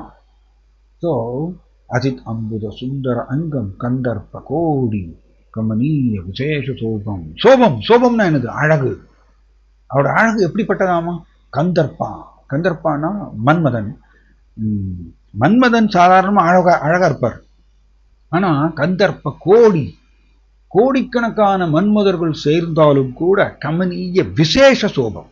விசேஷ சோபம்னா இவருடைய அழகு அதையும் தாண்டி நிற்கிறதா, ஈடுகட்டலையாமா. கோடிக்கணக்கான மன்மதர்கள் சேர்ந்தாலும் கூட கிருஷ்ணருடைய அழகை ஈடுகட்ட முடியாது. அப்படிப்பட்டவர் யார்? கோவிந்தம். கோவிந்தா கிருஷ்ணா ஆதி புருஷம், முழுமுதற் கடவுள். தமகம் பஜாமி, அவருக்கு என்னுடைய நமஸ்காரம். எப்படி பாடுறாரு பாருங்க பிரம்மா. பிரம்மாவுடைய அந்த அன்பு துணிக்கிறது பாருங்க இந்த பாடல்ல. ரைட், அதை நம்ம புரிஞ்சுக்கணும். ஸோ இந்த லலிதா கிருஷ்ணாவுடைய கோபிநாதருடைய அழகை எல்லாத்தையும் வர்ணிக்கிறாங்க. அவரோட ரூபம் இப்படிப்பட்டது எல்லாமே சொல்லிக் கொடுக்குறாங்க சலபேகாவுக்கு. தென் லலிதா வந்து சொல்றாங்க, இந்த கிருஷ்ணா எங்க இருக்கார்? பிருந்தாவனத்தில் இருக்கார் இந்த கிருஷ்ணா.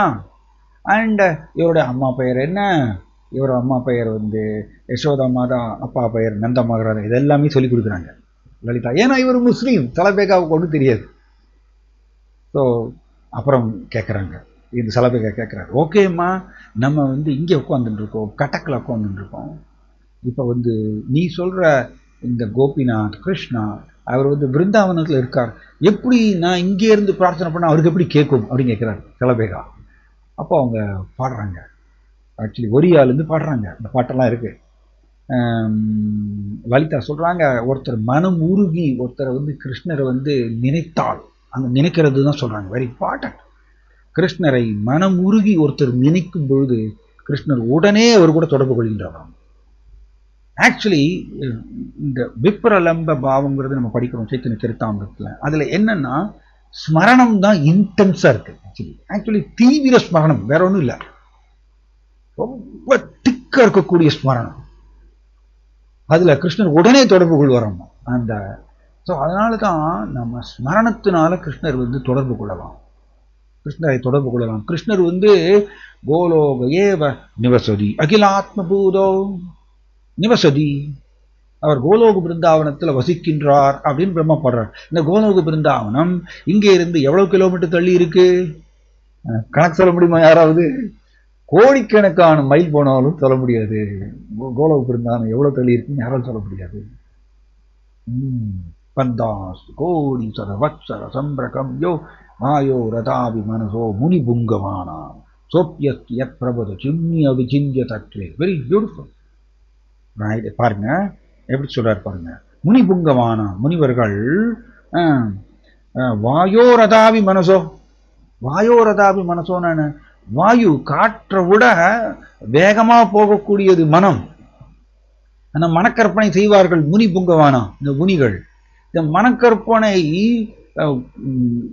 மனம்ங்கிற ஸ்பீடுல பந்தாஸ்து கோடி சதவத்சர, கோடிக்கணக்கான வருடங்கள் மனம்ங்கிற ஸ்பீடுல மனக்கற்பனை செஞ்சாலும் கூட ஸ்டில் அவிசிந்திய தத்துவே. கிருஷ்ணா கற்பனை கெட்டாதவர். கிருஷ்ணரை பிடிக்க முடியாது. கிருஷ்ணரை பிடிக்கிறது நாம் மனதை கிருஷ்ணர்கிட்ட பறி கொடுக்க வேண்டும். கிருஷ்ணரை நினைக்கணும். கிருஷ்ணர் உடனே பரிமாற்றம் செய்வார். அவரோட தொடர்பு கொள்வார். உள்ள இருக்கக்கூடிய அனர்த்தங்கள் எல்லாம் கிளீன் பண்ணுவார் கிருஷ்ணர். ரொம்ப சுலபமானது. ஆனால் அந்த ஜீவாத்மா முடிவெடுக்கணும். கிருஷ்ணரை நான் நினைக்கணும்னு அந்த முடிவெடுக்கணும். அது எடுக்காத வரைக்கும் கிருஷ்ணர் தூரமாக தான் இருப்பார். ஓகே, ஸோ இதெல்லாம் சொல்லிக் கொடுக்குறாங்க லலிதா. ஸோ சலபேகா உடனே சொல்றார், அம்மா நீங்கள் எனக்கு இந்த கோபிநாதரை பற்றி சொல்லி கொடுத்துருக்கீங்க. நான் 12 நாட்கள் இந்த கோபிநாதரை இடைவிடாமல் நான் பிரார்த்தனை செய்கிறேன். அவரை நினைக்கிறேன், மனமுருகி அவரை நினைக்கிறேன், பிரார்த்தனை செய்கிறேன். 12 நாள் பார்ப்போம்.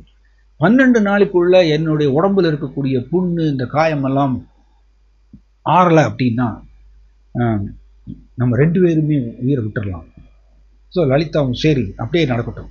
12 நாளுக்குள்ள கோபிநாதர் எதுவும் செய்யலை அப்படின்னா நம்ம 2 பேரும் உயிரை விட்டுடலாம் தீர்மானம் பண்ணுறாங்க. இவர் சலபேகா படுத்தியே இருக்கார், உடம்பு ஃபுல்லாக பொண்ணு. ஸோ நான் ஒரு 15-20 நிமிஷத்தில் முடிச்சிடுறேன். ஸோ இவர் என்ன பண்ணுறாரு, இந்த சலபேகா மனமுருகி இவர் பிரார்த்தனை பண்ணுறார். இந்த பிருந்தாவன் சந்திரா, இந்த கோபிநாத், இந்த கிருஷ்ணா, ஷியாமசுந்தர கிருஷ்ணா, இவரை மனமுருகி பிரார்த்தனை பண்ணிகிட்டே இருக்கார். 12 நாள் முடிஞ்சிருச்சு. அம்மாட்ட கேட்குறாரு, அம்மா 12 நாள் முடிஞ்சிருச்சு, ஏன் கோபிநாத் நமக்கு பரிமாற்றம் செய்யலை, நம்மளுடைய பிரார்த்தனை ஏன் அவர் பூர்த்தி செய்யலை அப்படின்னு அம்மாட்ட போய் கேட்குறாரு.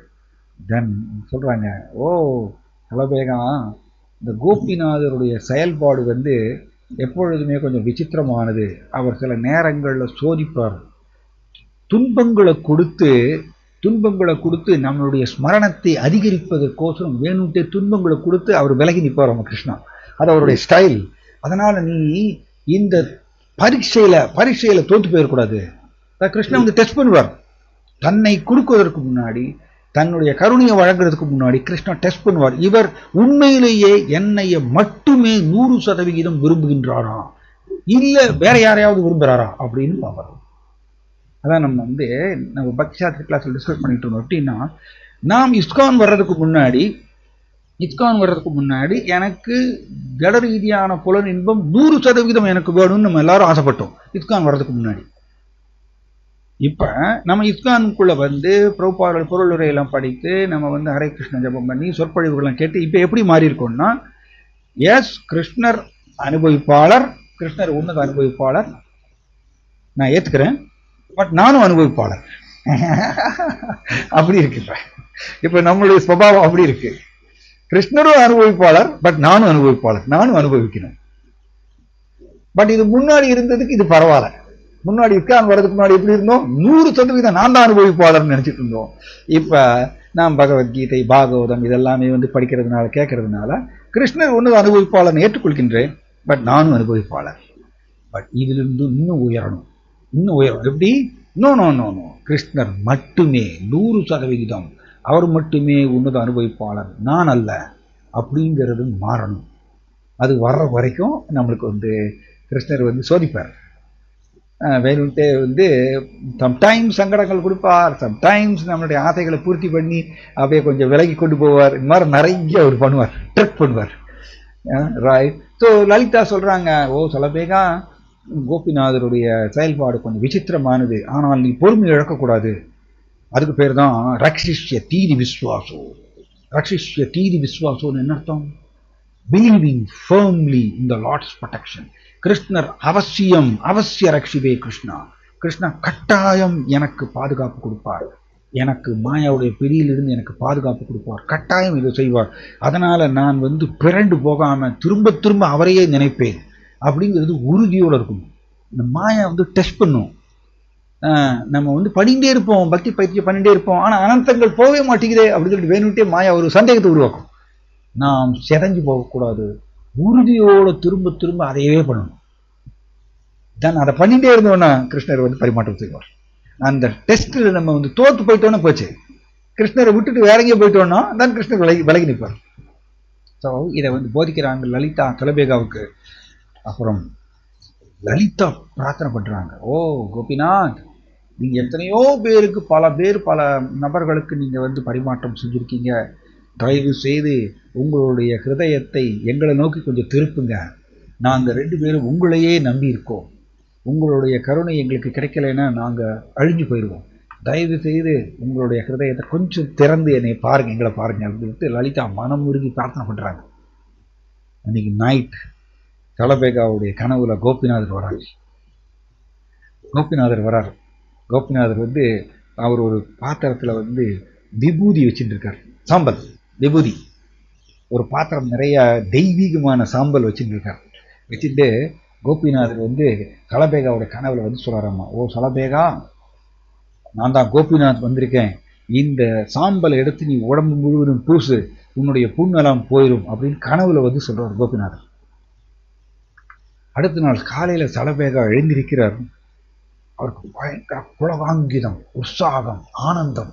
ஏன்னா கனவுல கோபிநாதர் வந்திருக்காரு. இது இம்பார்ட்டன்ட். நம்ம ஐ திங்க் மாதவேந்திர புரி இங்கே டிஸ்கஸ் பண்ணல நினைக்கிறேன், இன்னொரு கிளாஸில் தான் டிஸ்கஸ் பண்ணுவோம். கரெக்ட். ஸோ பகவான் கிருஷ்ணா நம்மளுடைய கனவுல வந்தார்னா, கிருஷ்ணரோ பகவானுடைய விக்கிரகங்களோ நம்ம கனவுல வந்தால் அது ரியல், அது உண்மை, அது பொய்யல்ல. பகவான் கனவுல வரும் பொழுது அது பொய் கிடையாது. பகவான் எங்கே தோன்றினாலும் அது ரியல். அதனால தான் நம்ம பகவான் விக்கிரகத்தில் தோன்றும் பொழுது விக்கிரகத்தில் பகவான் இருக்கான்னு சொல்கிறோம். ஏன்னா கிருஷ்ணர் பொய்யாக ஆக முடியாது, மற்றது எல்லாமே தான் பொய். கிருஷ்ணர் எப்பொழுதுமே உண்மை.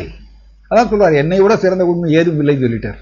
அதனால கிருஷ்ணர் நம்ம ஹிருதயத்தில் தோன்றினால், நம்மளுடைய கனவுல தோன்றினால் அது உண்மை. நம்ம கனவுல கிருஷ்ணர் தோன்றாருன்னா நம்மளுடைய உணர்வுக்குள் கிருஷ்ணர் நுழைகின்றார்னு அர்த்தம். அதான் கிருஷ்ணா கான்சியஸ்னஸ், கிருஷ்ண உணர்வு சொல்றது. நம்மளோட உணர்வுக்குள்ள கிருஷ்ணர் ஊறி போகின்றார். அப்போ அந்த அளவுக்கு நம்ம எவ்ரி டே, தினந்தோறும் அவரை ஸ்மரணம் செய்தால் நம்முடைய கனவுல கிருஷ்ணர் தோன்றுவார், உணர்வுக்குள்ள நுழைறார், காமிக்கிறார். அது சிம்டம். அது ஸோ ரைட். சலபேகா காலையில் எழுந்திருக்கிறார். பயங்கர புலகாங்கிதம், ஆனந்தம், உற்சாகம். அவர் தான் கண்ட கனவை நினைத்து அண்டு என்னுடைய உடம்பெல்லாம் பார்க்குறார்.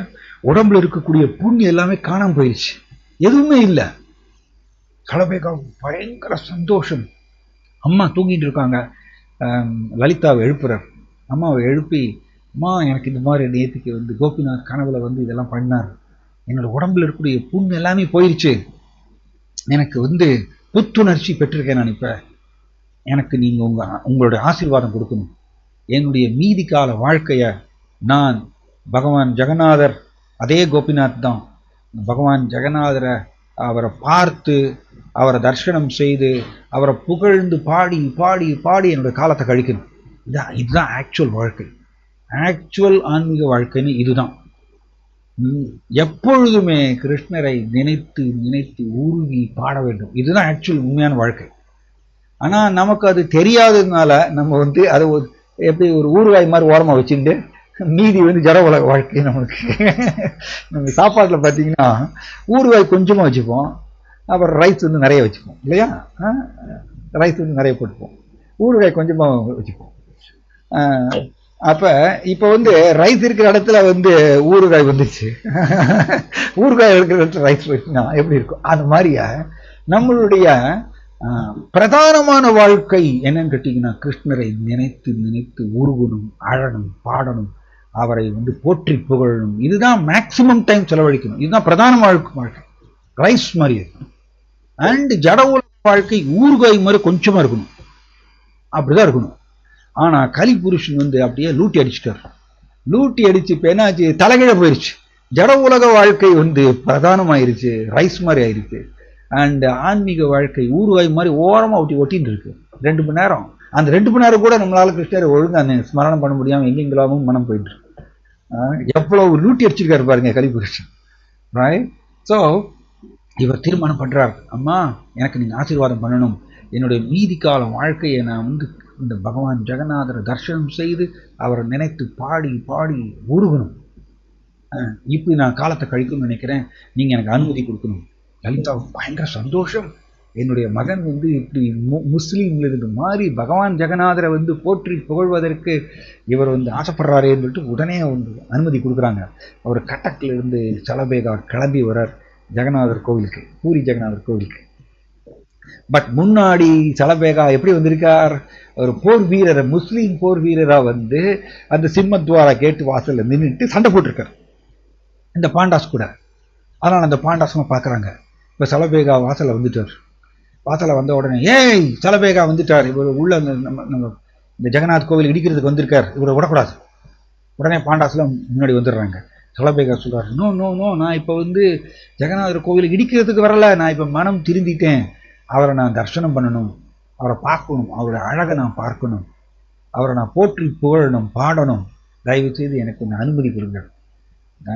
பாண்டாஸ்லாம் சொல்றாங்க, நோ அது முடியாது, ஏன்னா இந்துக்கள் அல்லாதவர்கள் வந்து ஜெகநாத் கோவிலுக்குள்ள போக முடியாது, நீ வந்து முஸ்லீம் குடும்பத்தில் பிறந்தவர், அதனால் உன்னை அனுமதிக்க முடியாது. இவர் வந்து சலபேகா ரோட்லேயே உட்காந்துட்டு ஜெகநாதர் நோக்கி ஒரிய மொழியில ஏகப்பட்ட பாடல் படிக்கிறான். எல்லாமே பிரிவில், அந்த பாட்டு எல்லாமே எப்படியாமா, சலபேகாவுடைய பாட்டு எல்லாமே பிரிவில் ஏங்கி பாடக்கூடியதான். அதுவும் ஒரிஸ்டால ரொம்ப ஃபேமஸ் ஆமா சலபேகாவுடைய பாடல் எல்லாமே பிரிவு ஜொலிக்கக்கூடிய பாடல்.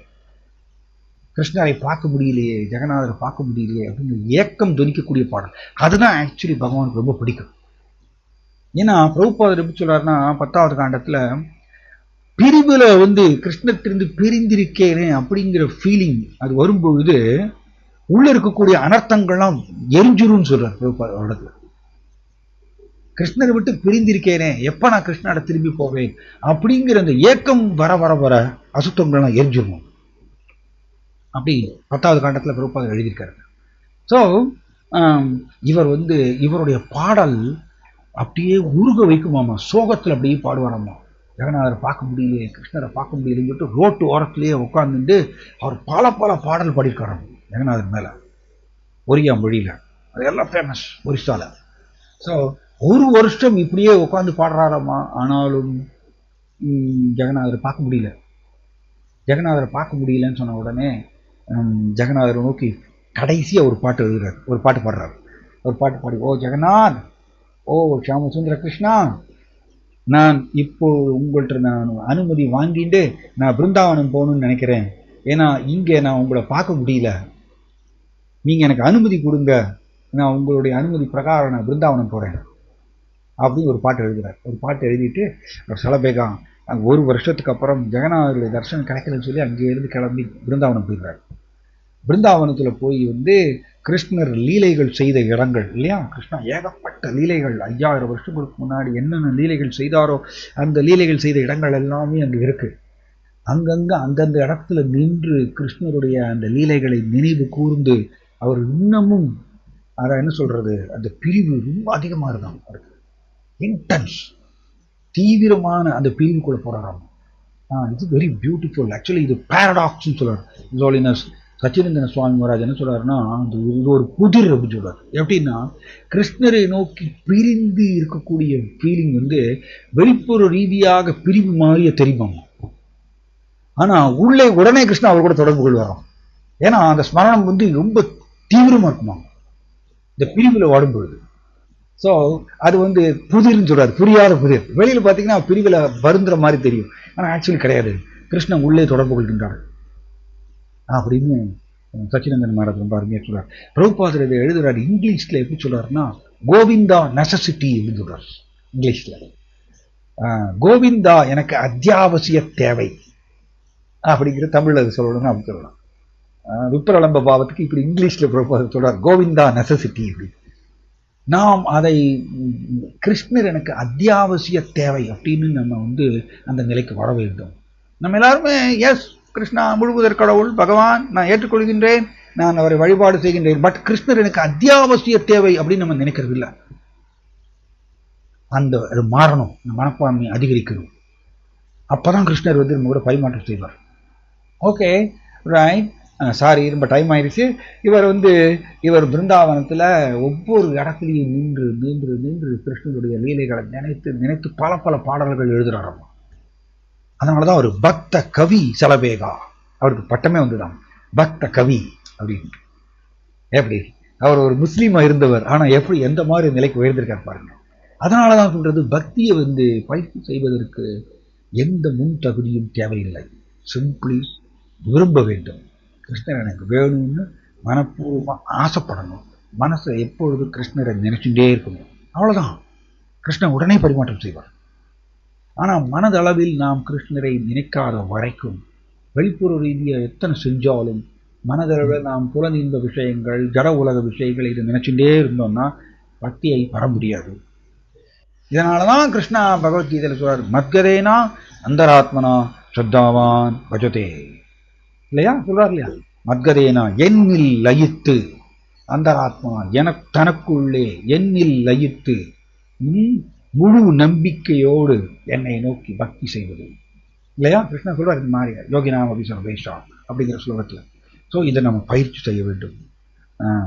ரைட், அப்பதான் ஆக்சுவலி கிருஷ்ணர் கூட எனக்கு உறவு இருக்குங்கிறத நம்மளால நிலை பெற முடியும்.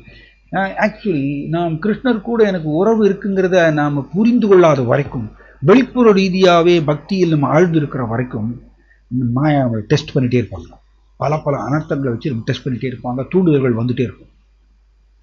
நாம் கிருஷ்ணர் கூட இருக்கக்கூடிய உறவில் உள்ளே ஆழ்ந்திருக்க வேண்டும். அதுதான் ஆக்சுவலி பாதுகாப்பு பக்தர்களுக்கு. ஓகே, ஸோ இந்த சலபேகா இந்த மாதிரி பிருந்தாவனத்தில் கிருஷ்ணருடைய நினைவுல கழிக்கிறார் பல மாதங்கள். திடீர்னு ஒரு நாளைக்கு அவருக்கு எண்ணம், இது போற வழியில ஆக்சுவலி இங்க இருந்து பூரியிலிருந்து பிருந்தாவன் போற வழியில பாலாசூர் வருது. பாலாசூர்னு ஒரு இடம் இருக்கு, பாலாசூர். அது ரெமுனா பக்கத்துல. இந்த பாலாசூர்ல ஷியாமசுந்தர் இருக்கார். ஷியாமசுந்தர் இந்த பாலாசூர் கோவில்ல இந்த ஷியாமசுந்தர தரிசனம் பண்ணுன்னு சொல்லிட்டு இவருக்கு ரொம்ப ஆசை. சலபேகாவுக்கு நடந்தே போறார். அப்ப எல்லாம் வண்டி கிடையாது, அந்த காலத்துல வண்டி கிடையாது. இது 1700 அந்த பீரியட், 17ஆம் நூற்றாண்டு. ஸோ வண்டியெல்லாம் இல்லை, நடந்தே தான் போறார். ஸோ பாலாசூர் வந்த உடனே ஷியாமசுந்தரை பார்க்கணும்னு ஒரு ஆசை. பட் இவர் முஸ்லீம், அதனால சேம் பூரியுடைய வழக்கம் தான். அங்கே முஸ்லீம் இந்துவை தவிர வேற யாரும் உள்ள விட மாட்டாங்க. ஸோ இவர் வெளியே அங்கே பெரிய மதில் சுவராமா பாலாசூர் ஷியாமசுந்தர் கோவில்ல. இவர் வெளியில் இருக்கிறார், மதில் சுவருக்கு வெளியில. ஆனால் தரிசனம் பண்ண முடியல. ஸோ ஷியாமசுந்தர் பார்க்குறார். நைட் டைம் பூஜாரி ஷியாமசுந்தருக்கு அவருக்கு சாயன ஆரத்தி பண்ணணும்னு சொல்லிட்டு உள்ள போறார். ஷியாமசுந்தரரை காணும். கர்ப்ப கிரகத்துல ஷியாமசுந்தரர் விக்கிரகத்தை காணும். பூஜாரிக்கு ஒரே ஆச்சரியம். அன்னைக்கு நைட் ராஜாவுடைய கனவுல பார்க்கிறாராமா, சலபேகா மதில் சுவருக்கு வெளியில நின்றுட்டு ஏங்கிட்டு இருக்காராமா. ஷியாமசுந்தரரை பார்க்கணும்னு ஏங்கிட்டு இருக்கிற மாதிரியே கனவு வருது ராஜாவுக்கு. கனவுல ராஜா உடனே அடுத்த நாள் போய் அந்த ஷியாமசுந்தரர் கோவில்ல மதில் சுவர்ல ஒரு ஓட்டை போடுறாராமா. ஏன்னா அவர் உள்ள போக முடியாது, அந்த வழக்கம், அந்த வழக்கத்தை மீற முடியாது. ஸோ மதில் சுவர்ல ஒரு ஓட்டை போடுறாரு, சலபேகா பார்க்கட்டும்னு சொல்லிட்டு. சலபேகா அந்த ஓட்ட வழியா பார்க்கறாராமா. ஓட்ட வழியா பார்த்த உடனே டபார் ஷியாமசுந்தர் உட்காந்துடுறாராமா அந்த கர்ப்ப கிரகத்துல. அப்ப முதல்ல பூஜாரி ஷியாமசுந்தரருக்கு சாயனார்த்தி பண்ணும்போது ஷியாமசுந்தரர் காணும், விக்கிரகத்தை காணும் கர்ப்ப கிரகத்துல. ஆனா இவர் அடுத்த நாள் ராஜா மதில் சுவர்ல ஓட்ட போடுறார், சலபேகா பார்க்கட்டும்னு சொல்லி. சலபேகா ஓட்ட வழியா எட்டி பார்க்கும் பொழுது ஷியாமசுந்தரர் அற்புதமா உட்காந்துடுறாராமா. அப்படி ஷியாமசுந்தரரை இந்த ஓட்ட வழியாக அவர் தரிசனம் பண்றார். சலபேகா ரொம்ப ஆனந்தத்தோடு. இப்பவும் அந்த ஓட்டை இருக்காமா அந்த பாலாசூர் கோவில்ல. சலபேகா பார்த்த அந்த ஓட்டை இன்னும் அந்த ராஜா ஏற்படுத்திய அந்த ஓட்டை இன்னும் இருக்கு. அதை இப்போ போனாலும் நம்ம தரிசனம் பண்ணலாம் பாலாசூர் ஷியாமசுந்தர் கோவில். ஸோ இப்படியாக அவர் வந்து பிருந்தாவனத்துக்கு வந்துடுறார். பிருந்தாவனத்தில் வந்து பல மாதங்கள் வந்து கழிக்கிறார். அண்ட் கிருஷ்ணனுடைய நினைவிலேயே பல பல பாடல்கள் பாடுறார். அப்படி இருக்கும்போது ஒரு நாள் திடீர்னு ஒரு எண்ணம். என்ன எண்ணம் அப்படின்னா, இப்பொழுது ஜெகநாதருக்கு வந்து பூரியில தேர் திருவிழா நடக்குமே, அப்ப ஜெகநாதர் தேர்ல இருப்பாரு, அப்ப கோவிலுக்குள்ளதான் என்னால போக முடியல, பட் தேர்ல இருக்கும் பொழுது நம்ம வந்து பார்க்கலாமே, அவரை ரோட்ல தானே வர்றாரு, அப்ப யாரும் தடுக்க முடியாது அப்படின்னு இப்ப ஜெகநாதரை பார்க்கலாமேன்னு ஆசை இருக்கு. ஆனா 1500 கிலோமீட்டர் தள்ளி இருக்காரு அவர். பிருந்தாவனம் எங்க இருக்கு, பூரி எங்க இருக்கு, 1500 கிலோமீட்டர் தள்ளி இருக்கார். அந்த காலத்துல எல்லாம் வந்து வண்டி கிடையாது, நடந்தே தான் போகும். ஸோ இவருக்கு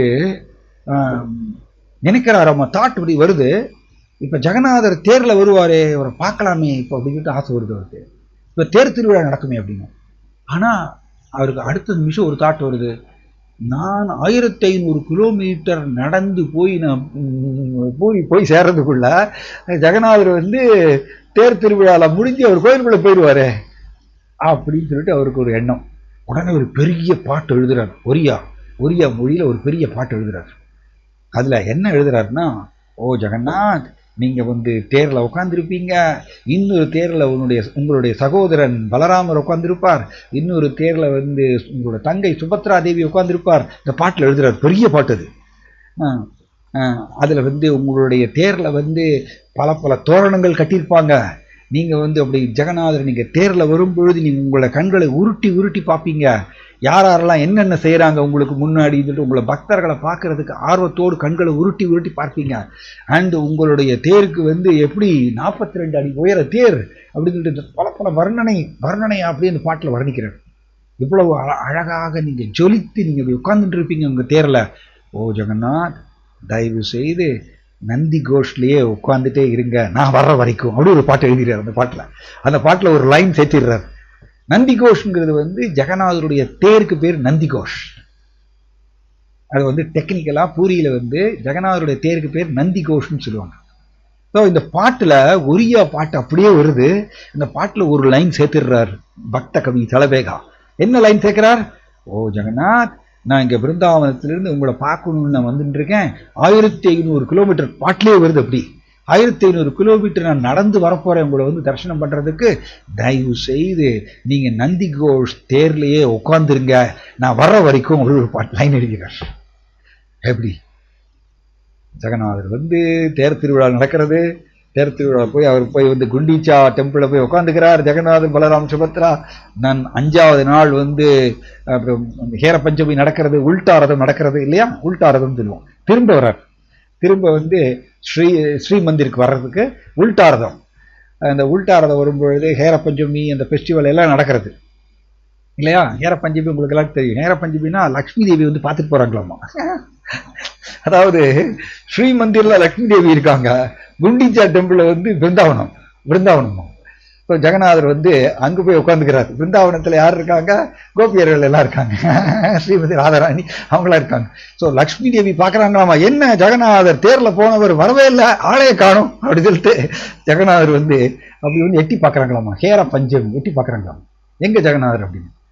அப்போ ஜெகநாதர் பார்த்தா அங்கே வந்து குண்டீச்சா டெம்பிள் உட்காந்துருக்காரு. ஸோ லக்ஷ்மி தேவி வந்து சீமார் எடுத்துக்கிறாங்களாமா, சீமார் எடுத்து அடிச்சு இழுத்துட்டு வராங்களாமா ஜெகநாதரை. இது சைத்தன்ய மகாபிரபு ரொம்ப அருமையாக அதை ரசிக்கிறார். தன்னுடைய பக்தர்கள்ட்ட இருந்து இந்த லீலையை கேட்டு ரசிக்கிறார். லக்ஷ்மி தேவி தன்னுடைய அந்த மாதுரியா அந்த பிரேமையினால ஜெகநாதரை வந்து சீமாரால் அடிச்சு இழுத்து கூட்டிட்டு வராங்களாமா தேர்ல. அது வந்து ஹேர பஞ்சமின்னு ஒரு ஃபெஸ்டிவல் 5வது நாள் நடக்கும். ரத யாத்திரை முடிஞ்சு 5வது நாள் அது நடக்கும். பஞ்சமின்னு 5வது நாள். ஸோ இந்த ஃபெஸ்டிவல்லாம் நடக்குது. இந்த ஃபெஸ்டிவல்லாம் வந்து அப்படி ஜெகநாதர் இதெல்லாம் முடிச்சுட்டு அப்படி வரார். அண்ட் இவர் வேகமா ஓடி வர்றார் பிருந்தாவனத்துக்கு. பிருந்தாவனம் எங்க, யூபி. அங்கே இருந்து ஒய்சா பூரிக்கு வந்து ஓடியே வர்றார். பாவம், அவர் கையில ஒண்ணுமே இல்லை, அவர்கிட்ட பணம் இல்லை, எதுவும் இல்லை. ஆனால் ஆர்த்தி பிரியா அப்படின்னு சைத்தன்ய மகாபிரபு பத்தி வர்ணிக்கிறாரே ஸ்ரீல சார்வபௌம பட்டாச்சாரியா. ஆர்த்தி பிரியா, துன்பத்தில் வாடுபவர்களுக்கு பிரியமானவர் ஸ்ரீ சைத்தன்ய மகாபிரபு. துன்பம் எவ்வளவுக்கு எவ்வளவு நம்ம துன்பத்துல வாடுறோமோ அந்த அளவுக்கு சைத்தன்ய மகாபிரபுடைய கருணை நமக்கு கிடைக்கும் அப்படின்னு சார்வபௌம பட்டாச்சாரியா அப்படி பாடுறாரு. நம்மளுக்கு துன்பம் வராத வரைக்கும், எல்லாமே சௌகரியமாக சுபிக்ஷமா இருக்கிற வரைக்கும் நம்மளுடைய ஏக்கம் கிருஷ்ணரை நோக்கி அந்த ஏக்கம் அதிகரிக்காது, வராது. அதுக்கு தான் கிருஷ்ணருக்கு அப்பப்ப கொஞ்சம் அப்படியே நெருக்குவார், துன்பங்களை கொடுத்து அப்படி நெருக்குவார். அப்போ நம்ம கிருஷ்ணரை நோக்கி ஏங்க ஆரம்பிப்போம். அதுக்கு தான். ஸோ இவரோ ஒண்ணுமில்லாதவர், இவர் ஏழை சலபேகா. அவர் அங்கே இருந்து ஓடியே வரார், கால் கடுக்க ஓடி வரார் அங்கே இருந்து 1500 கிலோமீட்டர். அண்ட் ஜெகநாத் 1500 கிலோமீட்டர் ஓடி வர்றதுன்னா எத்தனை நாட்கள் ஆகும்? ஜெகநாதர் அப்படி இந்த உள்டாரதம் நடக்கிறது, ஏர பஞ்சமி ஃபெஸ்டிவல்லாம் முடிஞ்சுட்டு அப்படி வரார். வர வழியில பலகந்தின்னு ஒரு இடம் இருக்கு, பலகந்தின்னு சொல்லி. இந்த பலகந்திங்கிற இடத்துக்கு வந்த உடனே ஜெகநாதர் நின்றுறார். தேர் நகர மாட்டேங்குது. கஜபதி மகாராஜா, போன வாரம் பார்த்தோம் இல்லையா, கஜபதி மகாராஜா. இந்த கஜபதி மகாராஜா யானையெல்லாம் வச்சு இழுக்கிறார் தேரை. அண்ட் பெரிய பெரிய பைல்வான்கள்லாம் ஜெகநாதரோட தேரை இழுக்கிறாங்க. கொஞ்சம் மியூட் போட்டுடலாமே. ஹரே கிருஷ்ணா, இவங்களை கொஞ்சம் மியூட் போட்டுருந்தோம். ஸோ இங்கே ஜெகநாதர் தேரில் அப்படி நிற்கிறார், பலகந்தியில் நின்றுறார். என்ன ஆகுதுன்னா, அங்கே இந்த கஜபதி மகாராஜா அவர் யானையை வச்சு இழுக்கிறார். ஜெகநாதர் ஒரு இன்ச்சு கூட நகர மாட்டேங்கிறார். Okay okay. ஸோ ஜெகநாதர் ஒரு இன்ச்சு கூட நகர மாட்டேங்கிறார். அப்போ பைல்வான்கள்லாம் கூப்பிட்டு இழுக்க வைக்கிறார். ஆனால் ஜெகநாதர் ஒரு இன்ச்சு நகர மாட்டேங்கிறார். இதுதான் பாயிண்ட். தேனவினா திருநமபி நச்சொலதி. பகவானுடைய விருப்பம் இல்லாமல் ஒரு புல்லு கூட அசங்காதம். நாம் ஆக்சுவலி நம்மளுடைய ரஜஸ்டன் தமஸ் நம்ம மேல பிரயோகம் ஆகும் பொழுது நம்மளுடைய நம்பிக்கை என்னன்னா, நான் சாதிப்பேன்னு நினைக்கிறோம், என்னால சாதிக்க முடியும் அப்படின்னு. அந்த ஆக்சுவலி ரீசெண்டா 17வது சாப்டர்ல பகவத்கீதையில பக்தி சாஸ்திரியில படிச்சுட்டு இருந்தோம். அதுல கிருஷ்ணா சொல்றார், நம்பிக்கை இந்த ரஜஸ்டன் தமஸ் நம்ம மேல பிரயோகம் ஆகும்போது ஜட ரீதியான நம்பிக்கை உருவாகிறதாம நமக்குள்ள. அப்ப நாம் பக்தி தொண்டுல இருந்தாலும் கூட என்னால சாதிக்க முடியும்னு நினைப்போம். அதுதான் மாயா, அதுதான் அனர்த்தம். ஆக்சுவலி நாம் எதுவுமே சாதிக்க முடியாது. நாம் ஒரு துச்சமான ஒரு ஜீவாத்மா. நாம் வெறும் முயற்சி மட்டும்தான் போட முடியும். ஃபைனலி சாங்ஷன் பண்றது கிருஷ்ணர் தான் அனுமதிப்பாளர். அவர் அனுமதிக்கலைன்னா ஒரு புல்லு கூட அசைக்க முடியாது. எப்படி?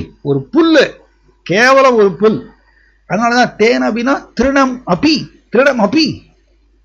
அப்படின்னா கூட ஒரு புல்லு கூட, ஒரு புல்லுடைய நுனி கூட அசையாதான், நச்சலதி ஆடாது. ஸோ இதை நம்ம எவ்வளவுக்கு எவ்வளவு நாம் பக்தியில உயர்கின்றோமோ அந்த அளவுக்கு இந்த உபதேசத்தை நாம் நம்புவோம். எஸ், என்னால் எதுவும் சாதிக்க முடியாது. இது ஆக்சுவலி பிரபுபாதர் சொல்றாரு, நான் உங்க கையில் இருக்கக்கூடிய ஒரு கை பொம்மை அப்படின்னு சொல்றாரு. Counter Acharya, இஸ்கானுடைய ஸ்தாபக Acharyar. பட் கிருஷ்ணரை நோக்கி பாடல் எழுதும்போது அவர் என்ன சொல்றார், நான் உங்க கையில் இருக்கக்கூடிய ஒரு கை பொம்மை, நான் என்ன சொல்ல முடியும், நீங்க எப்படி என்னை ஆட்டணுமோ அப்படி ஆட்டுங்க. இதுதான் பணிவுன்னு சொல்றாங்க. இதை நாம் பிரபுபாதர்கிட்ட கத்துக்கணும். அதனால நாம் பக்தி தொண்டு செய்யும் பொழுது ரஜஸ்டன் தமஸ் நமக்குள்ள நுழைந்து நம்மளுடைய ஸ்வபாவத்தை மாற்றிடும். கிருஷ்ணரை சார்ந்து இருக்கக்கூடிய ஸ்வபாவத்தை மாற்றும். அதுதான் டேஞ்சர், அதான் சேலஞ்ச், சவால். That is why. அதனாலதான் எப்பொழுதுமே நாம் கிருஷ்ணரை நினைத்து கொண்டே இருந்தால் தென் இந்த ரஜஸ்டன் தமஸ் நமக்குள்ள நுழைய முடியாது. அவர் எப்பொழுதுமே கிருஷ்ணரை சார்ந்திருக்கக்கூடிய ஸ்வபாவம் அதிகரிக்கும். அந்த மாதிரி மனப்பான்மையில கிருஷ்ணர் நம்மை பயன்படுத்துவார். பல பல கஷ்டமான சேவைகளை கூட நம் மூலமாக செய்வார் கிருஷ்ணர். அந்த கிரெடிட், அந்த புகழ் தன்னுடைய பக்தருக்கு போட்டுன்னு சொல்லிட்டு கிருஷ்ணர் நம்மளை கருவியாக பயன்படுத்துவார். ஆனால் நான் செய்யறேன்னு நினைக்க ஆரம்பிச்சிட்டோம்னா கிருஷ்ணர் நம்மளை கருவியா பயன்படுத்த மாட்டார் அவருடைய சேவையில. இது ரொம்ப முக்கியமானது. இந்த பணிவுங்கிறது ரொம்ப ரொம்ப முக்கியமானது. என்னால் எதுவுமே சாதிக்க முடியாது. நான் ஒரு துச்சமான ஜீவாத்மா, ஒரு தமாத்துடு ஜீவாத்மா, அவ்வளவுதான். நான் எதுவும் பண்ண முடியாது. இதை நம்ம உள் வாங்கிக்கணும். ஜெகநாதர் ஒரு முழு முதற் கடவுள். அவரை தேர் அவர் விரும்பிட்டார். நான் சலபேகா வரட்டும், சலபேகா பிருந்தாவனத்திலிருந்து 1500 கிலோமீட்டர் அவர் ஓடி வர்றார், வரட்டும், நான் இங்க நிக்கிறேன். எப்படி? பகவான் ஜெகநாதர் உலகத்துக்கே நாதர். அவர் வெயில்ல வாடுறாராம்மா. வெயில் மழை அதுல வாடுறார். அவர் கோவிலுக்குள்ள போகாம ரோட்லயே நிக்கிறார். ரோட்லயே அவருக்கு நைவேத்தியம் எல்லாம் நடக்கிறது. எப்படி? இதுக்கு பேர் தான் பகவான் மிகவும் எளிமையானவர். கிருஷ்ணர் ரொம்ப ரொம்ப எளிமையானவர். நாம் அவரை நோக்கி எளிமையான பக்தி, தூய்மையான பக்தி நம்ம பயிற்சி செஞ்சோம்னா கிருஷ்ணரை கவர்ந்து இருக்க முடியும். ஆக்சுவலி நம்ம மகாபாரதத்தில் படிக்கிறோம். அவர் பேர் என்னன்னா சகாதேவன். சகாதேவன் கிருஷ்ணரை கட்டி போடுறதுக்கு, கிருஷ்ணா நான் உங்களை கட்டி போட்டுருவேன் அப்படின்னு வரோம். கிருஷ்ணா எங்க கட்டி போட்டு பார்க்கலாம். சகாதேவன் என்ன பண்ணுறாரோ ஓரமாக போய் உட்காந்துக்கிறாராம். ஓரமாக போய் உட்காந்துட்டு சகாதேவன் கிருஷ்ணரை இடைவிடாமல் நினைச்சுட்டே இருக்காராம். இடைவிடாமல் தன்னோட மனசுல கிருஷ்ணரை நினைச்சுட்டே இருக்காராமா. கிருஷ்ணர் ஒரு இன்ச்சு நகர முடியலையா. கிருஷ்ணர் அன்புக்கு பணிஞ்சிருவார். கிருஷ்ணரை யாருமே ஜெயிக்க முடியாது. ஆனா நம்ம அவரை நோக்கி பக்தி அன்பு செலுத்தினோம்னா அவர் பணிஞ்சு போயிடுவாராமா. என்ன வேணா செய்வாராமா. ரொம்ப தாழ்ந்த ரோல்லாம் செய்வாராமா கிருஷ்ணா. அப்படி இதை நம்ம பாகவதத்தில் படிக்கிறோமே. நீங்க நாரத முனிவர் சொல்றார் யுதிஷ்டிர மகாராஜாவை நோக்கி, ஓ யுதிஷ்டிர மகாராஜா, இந்த பகவான் கிருஷ்ணா உங்களுக்கோசரம் என்னென்ன ரோல்லாம் செஞ்சிருக்கார். உங்களுக்கு உறவினராக இருந்திருக்கார், உங்களுக்கு ஆலோசகராக இருந்திருக்கார், குருவா இருந்திருக்கார், அண்டு தூதுவராக கூட போயிருக்கார் இல்லையா. அமைதி தூதுவராக போயிருக்கார். எத்தனை செய்யறார் கிருஷ்ணா. முழு முதற் கடவுள் அப்படிங்கிற அந்த தன்மையை, அந்த பொசிஷன், அதை தியாகம் பண்ணிட்டு என்னென்னலாம் செய்யறார் கிருஷ்ணன். நாம் இதை நினைத்து அவரை போற்ற வேண்டும், நெகிழ வேண்டும். ரைட். ஸோ ஜெகநாதர் நகர்த்த முடியல, தேர்ல நகர்த்த முடியல. முழு முதற் கடவுள் ரோட்லயே நிற்கிறார். இவர் வரட்டும் அப்படின்னு சொல்லிட்டு பலகந்திங்கிற இடத்துல இவர் வேர்த்து விறுவிறுக்க ஓடி வரார். 1500 கிலோமீட்டர் சலபேகா. அண்ட் சலபேகா பூரியினுடைய எல்லைக்குள்ள நுழையிறார். பூரியினுடைய எல்லைக்குள்ள நுழைஞ்ச உடனே அவருடைய கண் நேர போறதாம். எங்க போறதாம்? பலகந்தி நோக்கி போறதாம். பலகந்தியில இவருடைய பிரியமான பகவான் ஜெகநாதர் தோரணங்கள்லாம் கட்டி அவர் தேர்ல உட்கார்ந்துருக்கார். பல நாட்கள் நிற்கிறாராம் பலகந்தியில.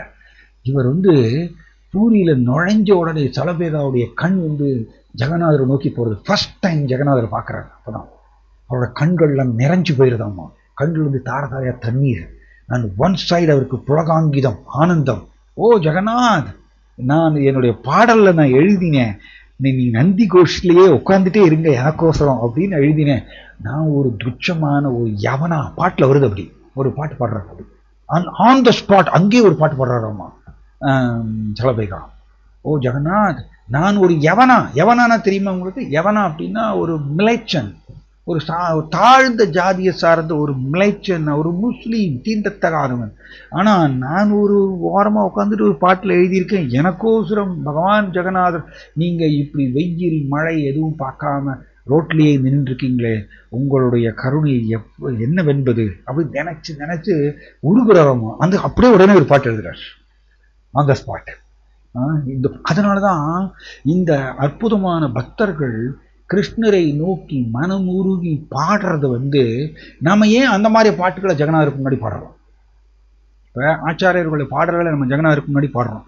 ஏன் பாடுறோம் அப்படின்னா, இந்த ஆச்சாரியர்கள் இந்த பாடல் சும்மா தன்னுடைய பாண்டித்யத்தை அவங்க காமிக்கிறது இல்லை. பாண்டித்யம் சொல்லுவோம் இல்லையா. பாண்டித்யம்னா தன்னுடைய புலமையை காமிக்கிறதுக்கோசரம் பாட்டு எழுதுறது இல்லை. அவங்களுடைய பாடல்கள், இந்த அற்புதமான பக்தர்களுடைய பாடல்கள் எல்லாமே தன்னுடைய அன்பை இந்த பாட்டுக்கள் மூலமாக தெரிவிக்கிறாங்க. தன்னுடைய ஃபீலிங்ஸை தெரிவிக்கிறாங்க இந்த பாட்டுக்கள் மூலமா. அதனால இந்த பாட்டுக்கள் ஜெகநாதருக்கு ரொம்ப ரொம்ப உசக்தி வாய்ந்தது. நாம் அந்த பாட்டை ஜெகநாதருக்கு முன்னாடி பாடும்பொழுது அதே ஃபீலிங்ஸை நம்ம வளர்த்து கொள்ள வேண்டுங்கிற நோக்கத்தோடு தான் நம்ம இந்த பாடல்களை ஜெகநாதருக்கு முன்னாடி பாடுறோம், ஆச்சாரியர்களுடைய பாடல்கள். அதனால இந்த பாடல்கள் இது ஹை கிளாஸ் பக்தி. நம்ம நினைச்சுக்கிறோம். ஒருத்தருக்கு நான் பேசிட்டு இருந்தேன், புரந்தரதாசர். பார்த்தீங்கன்னா புரந்தரதாசர் கிருஷ்ணர் மேல 4 லட்சம் பாடல்கள் படிக்கிறார். எவ்வளவு பாடல்கள்? 4 லட்சம் பாடல்கள். ஒரு பாடல் 2 பாடல் இல்லை, 4 லட்சம் பாடல்கள். அப்போ எவ்வளவு உருகியிருப்பார் கிருஷ்ணருக்கோசரம். நான் ஒரு பக்தர்கிட்ட நம்ம அப்படி ரொம்ப சந்தோஷமா அதை அவர்கிட்ட பேசிட்டு இருக்கும் பொழுது அவர் சொன்னாரு, அவர் பாடல் எழுதுறது என்ன ஒரு பெரிய விஷயமா அப்படின்னு சொன்னார். இன்னும் அவருடைய சேவை அது, ஹை கிளாஸ் சேவை அது. கிருஷ்ணரை நோக்கி உருகி உருகி அந்த பாடலை எழுதுறாரு. அது கிருஷ்ணருக்கு ரொம்ப பிடிக்கும். நாம நினைக்கிறோம் கை காலை யூஸ் பண்ணி சேவை செய்யறது மட்டும்தான் சேவை அப்படின்னு சொன்னார் அந்த பக்தரை கேட்டார். அப்படி கிடையாது. அதனாலதான் முன்னாடியே வந்து டிஸ்கஸ் பண்ணோம். சேஷ்டா ரூப பக்தின்னு ஒண்ணு இருக்கு, பாவ ரூப பக்தின்னு ஒண்ணு இருக்கு. பாவ ரூப பக்தின்னா தன்னுடைய ஃபீலிங்ஸை கிருஷ்ணரை நோக்கி தெரிவிப்பது. அது வந்து கிருஷ்ணருக்கு ரொம்ப பிடிக்கும். ஸோ இவர் வந்து சலபேகா ஜெகநாதரை பார்த்த உடனே அவர் கண்ணில் இருந்து தாரத்தாரைய தண்ணீர் வருது. அண்ட் புலகாங்கிதம். அண்ட் அவர் அங்கேயே உடனே பாடல் எழுதுறார். அவருக்கு ரெண்டு ஃபீலிங் கலந்துருக்காங்க. ரெண்டு ஃபீலிங். ஒரு ஃபீலிங் என்னன்னா, ஓ ஜெகநாத், இந்த யவனாவுக்கோசரம் நீங்க இவ்வளவு நாள் ரோட்ல நின்னீங்களா, என்னுடைய பிரார்த்தனையை கூட நீங்க வந்து ஏற்று இருக்கீங்களே அப்படின்னு சொல்லிட்டு ஒரு சந்தோஷம், ஆனந்தம். இன்னொரு சைடு, முழுமுதற் கடவுளை இப்படி நம்ம ரோட்ல நிக்க வச்சுட்டோமே அப்படின்னு சொல்லிட்டு அவருக்கு வருத்தம். ரெண்டுமே கலந்த ஃபீலிங் ஆகும் சலபேகாவுக்கு. இப்படி அவர் வந்து ஜெகநாதரை நோக்கி பாடுறார், ஜெகநாதரை தரிசனம் பண்றார். இந்த நியூஸ் பாண்டாஸ்க்கெல்லாம் போறது. பாண்டாஸ் பூஜாரிகள் அவங்களுக்கு எல்லாருக்கும் தெரிய வருது, ஜெகநாதர் இத்தனை நாள் பலகந்தியில நின்னதுக்கு காரணம் இந்த ஒரு யவனா கவிஞர். யாரு? சலபேகா. இந்த ஒரு முஸ்லீம் கவிஞர். அவரை பார்க்கறதுக்கோசரம் ஜெகநாதர் இத்தனை நாள் வெயிட் பண்ணி இப்பொழுதுதான் ஜெகநாதர் இப்போ வந்து திருப்தி அடைகிறாரம்மா. தன்னுடைய தர்சனத்தை பூரணமாக அவருக்கு கொடுக்குறாரம்மா சலபேகா ஜெகநாதரை தரிசனம் பண்ண உடனே அவர் என்ன பண்ணாரம்மா, அதுக்கப்புறம் ஜெகநாதர் வந்து மெதுவாக தேர் நகர்றது, நந்தி கோஷ் நகர்றது, தென் கோயிலுக்குள்ள போறார். இந்த செய்தியை கேட்ட உடனே பூரியுடைய கஜபதி மகாராஜா ஓடி வந்துடுறாரு நம்ம சலபேகாவை பார்க்கறதுக்கு. இவருடைய பக்தியை வந்து அப்ரிஷியேட் பண்ணி மெச்சி தன் பாண்டாஸ்லாம் ஓடி வந்துடுறாங்களாமா. ஒரு காலத்துல பாண்டாஸ் என்ன பண்ணாங்க, சலபேகாவை உள்ள விட மாட்டே அப்படின்னு சொன்னாங்க போன வருஷம். ஆனா இப்பொழுது தன்னுடைய பக்தினால பாருங்க, இதான் பியூட்டிஃபுல். முதல்ல வந்து ஜெகநாதரை பார்க்கணும்னு இவர் வந்து மன்றாடுறார், ஆனா உள்ள விட மாட்டே சொல்லிட்டாங்க. இப்போ பாண்டாஸ் ஓடி வராங்களாமா. சலபேகாவுடைய பக்தி எப்படிப்பட்டது, இந்த சலபேகாவுக்கோசரம் பகவான் ஜெகநாதர் இத்தனை நாள் நின்றுருக்கார் ரோட்ல, இவருடைய பக்தி எப்படிப்பட்டதுன்னு அப்பதான் பாண்டாஸ்லாம் புரியுறது. சலபேகாவை பார்க்கறதுக்கு எல்லாம் ஓடி வராங்களாம். So this is very important.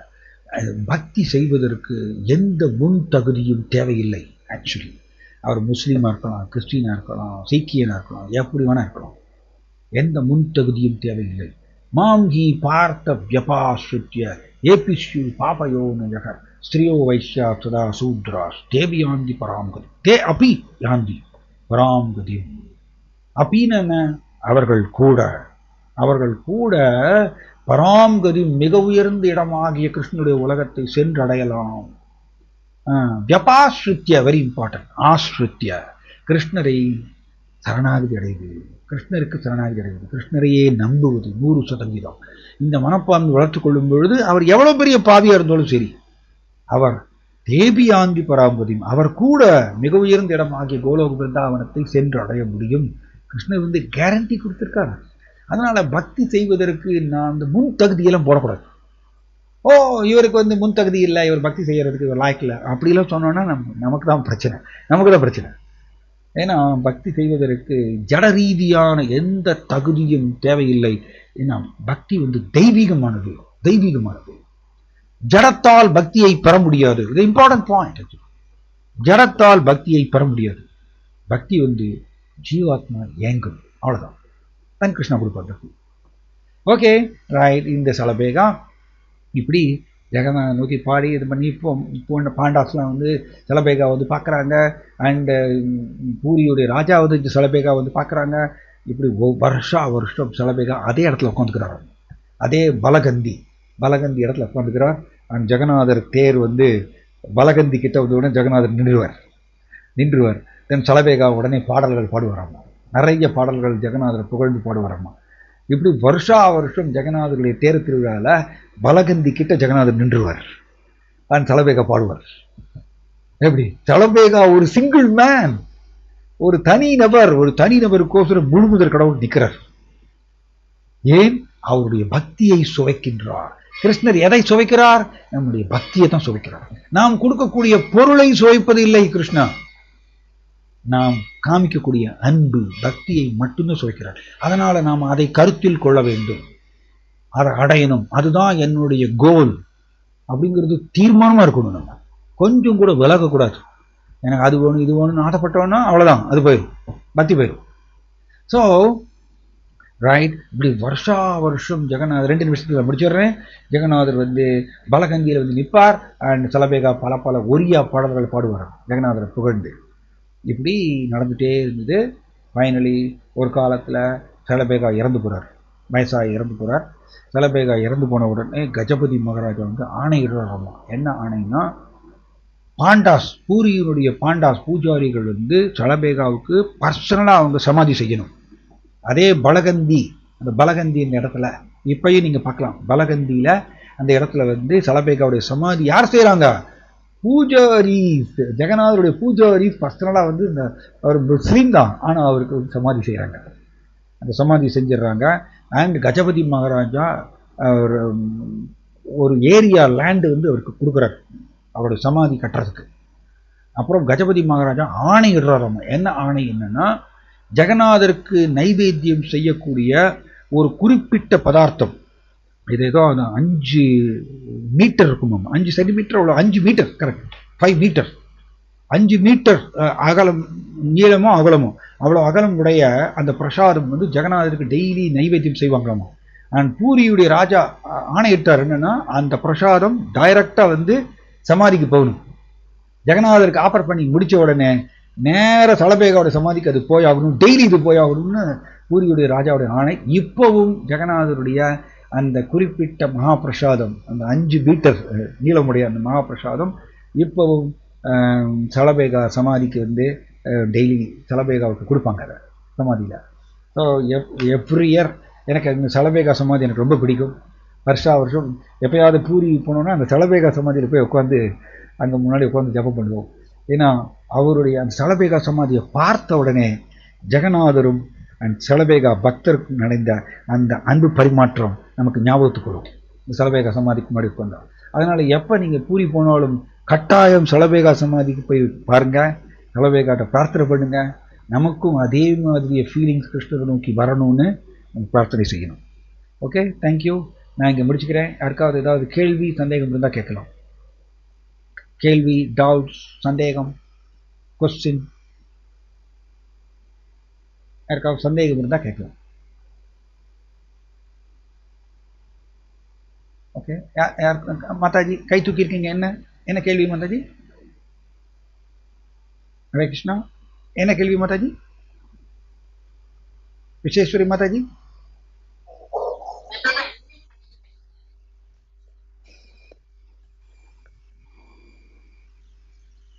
சொல்லுங்க மாதாஜி.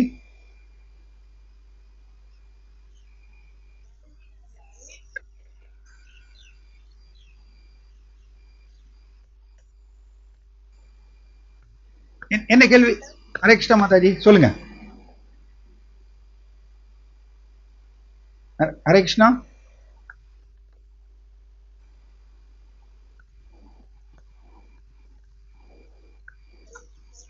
ஹரே கிருஷ்ணா மாதாஜி சொல்லுங்க மாதாஜி.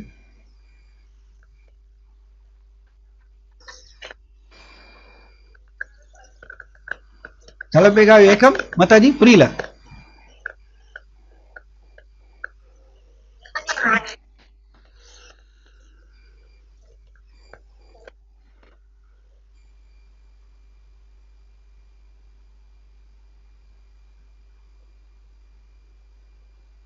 கேட்கல.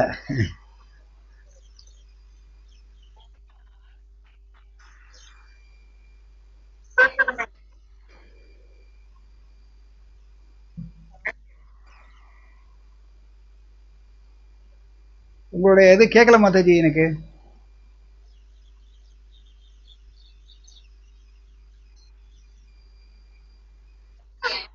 சரி, என்ன கேள்வி மாதாஜி?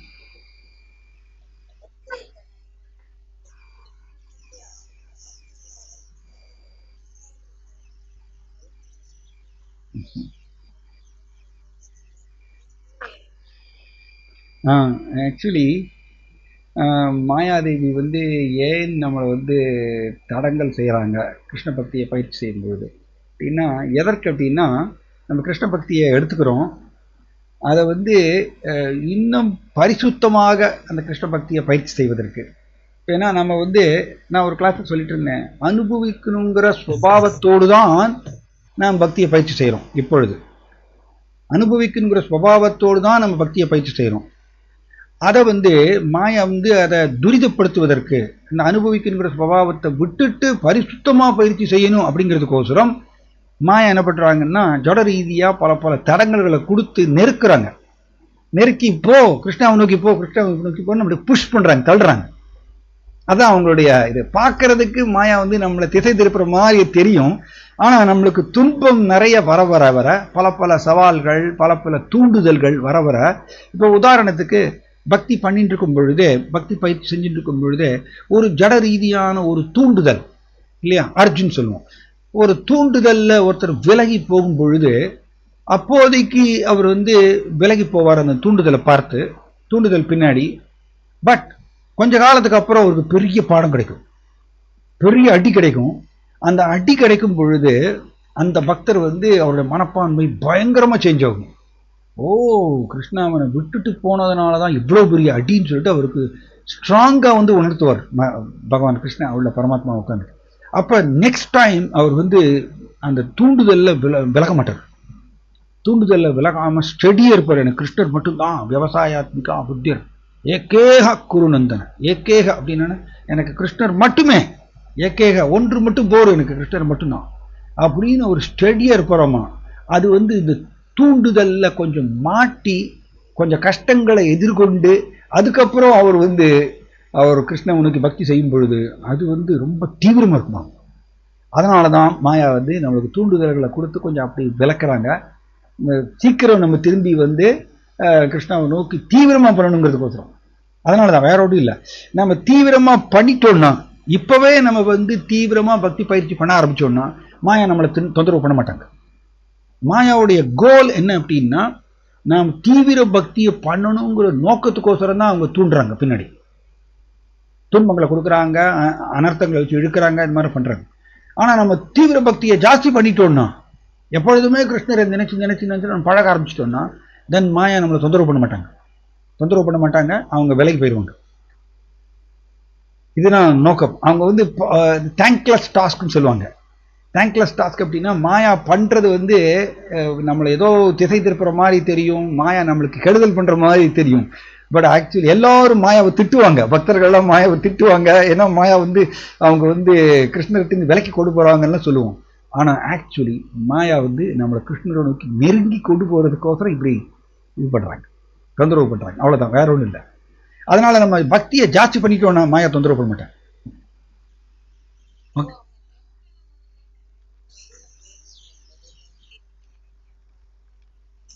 ம் ம் ம் ம் அவங்க வந்து வெளியில போறாங்க எப்படின்னா, தற்காலிகமாக கொஞ்சம் வருடங்கள்.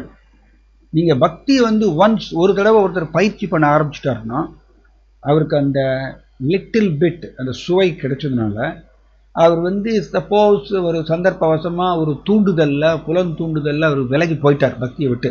போனாலும் ஒரு 5 வருஷம் அல்லது 10 வருஷம் அவர் விலகி போனால் கூட திரும்பவும் வருவார்.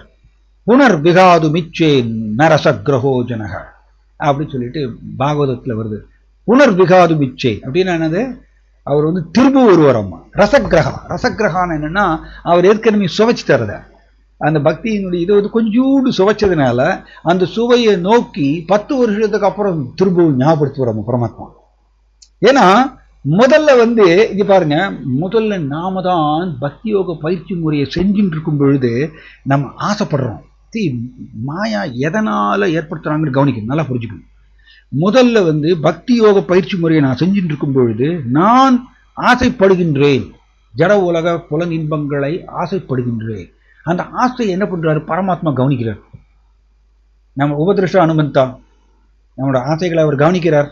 தென் ஓகே ஓகே, நீ பக்தி யோக பயிற்சி முறை செஞ்சுட்டு இருந்தாலும் நீ ஜட ரீதியான விஷயங்களை ஆசைப்படுற. சிவ பரமாத்மா என்ன பண்றார்? ததாஸ்து, அவர் வந்து அனுமதிப்பார், சாங்ஷன் பண்றார். தென் அவர் பரமாத்மா அனுமதிச்சதுக்கு அப்புறம் மாயா ஏற்பாடு பண்றாங்க. நீங்க சொன்ன மாதிரியே தூண்டுதல்கள் அது முறை மூலமா நம்மளுக்கு இழுத்துட்டு போவாங்க. அப்படி இழுத்துட்டு போகும்போது இவர் தான் ஆசைப்பட்டாரு. எனக்கு அந்த புலன் இன்பம், அந்த புலன் தூண்டுதல் எனக்கு அது வேணும்னு இவர் தான் ஆசைப்பட்டதுனால பரமாத்மா சாங்ஷன் பண்ணிட்டார். தென் மாயா பின்னாடி போறாரு, அந்த தூண்டுதல் பின்னாடி. அந்த தூண்டுதல்ல கொஞ்சம் வருஷம் போவார், கொஞ்சம் வருஷம் அப்படி அதுல மயங்கி கிடப்பார். அந்த புலன் தூண்டுதல், அந்த புலன் இன்பம் அதுல மயங்கி 5 வருஷம் 10 வருஷம் அப்படி கிடப்பார். அதுக்கப்புறம் அங்க வந்து பெரிய அடி கிடைக்கும். மாயா வந்து, மாயோட வேலை என்னன்னா புலன் இன்பத்தை கொடுக்குற மாதிரி கொடுத்து அடிப்பாங்க. அவங்களோட வேலையை தான். நான் அடி கொடுக்கும் பொழுது ஹெவிய தண்டனை, அவருக்கு வந்து பயங்கரமான துன்பம் வரும். உடல் ரீதியாக பிரச்சனை, இல்லைன்னா குடும்பத்தில் அவர் பயங்கர பிரச்சனை, அந்த மாதிரி ஏதோ ஏற்படும். வரும் பொழுது அப்போ பரமாத்மா உள்ளே இருந்து பேசுவார், ஞாபகப்படுத்துவாரம்மா. மற்ற ஸ்மிருதர் ஞானம்னு தான் அர்த்தம். ஸ்மிருதர் என்கிட்ட இருந்து ஞாபக சக்தி வர்றதுன்னு சொல்றாருல கிருஷ்ணா. ஸோ பரமாத்மா என்ன பண்றாரம்மா, முன்னாடி 10 வருஷத்துக்கு முன்னாடி என்ன பக்தி தொண்டு செஞ்சாரோ அதை ஞாபகப்படுத்துவாரம்மா. ரைட் டைம்ல அவர் வந்து உடஞ்சி போயிடுவாரம்மா. அந்த புலன் தூண்டுதல் பின்னாடி போய் அதுதான் உலகம் நினைச்சுட்டு பின்னாடி போயிருக்காரு. அது 10 வருஷம் ஓட்டிட்டாரு அப்படி. ஆனா 10வது வருஷம் இந்த மாதிரி ஒரு பெரிய அடி கிடைக்கும், தண்டனை கிடைக்கும், துன்பம் கிடைக்கும். அப்ப சரியான நேரத்துல பரமாத்மா உள்ள இருந்து ஞாபகப்படுத்துவாரம்மா.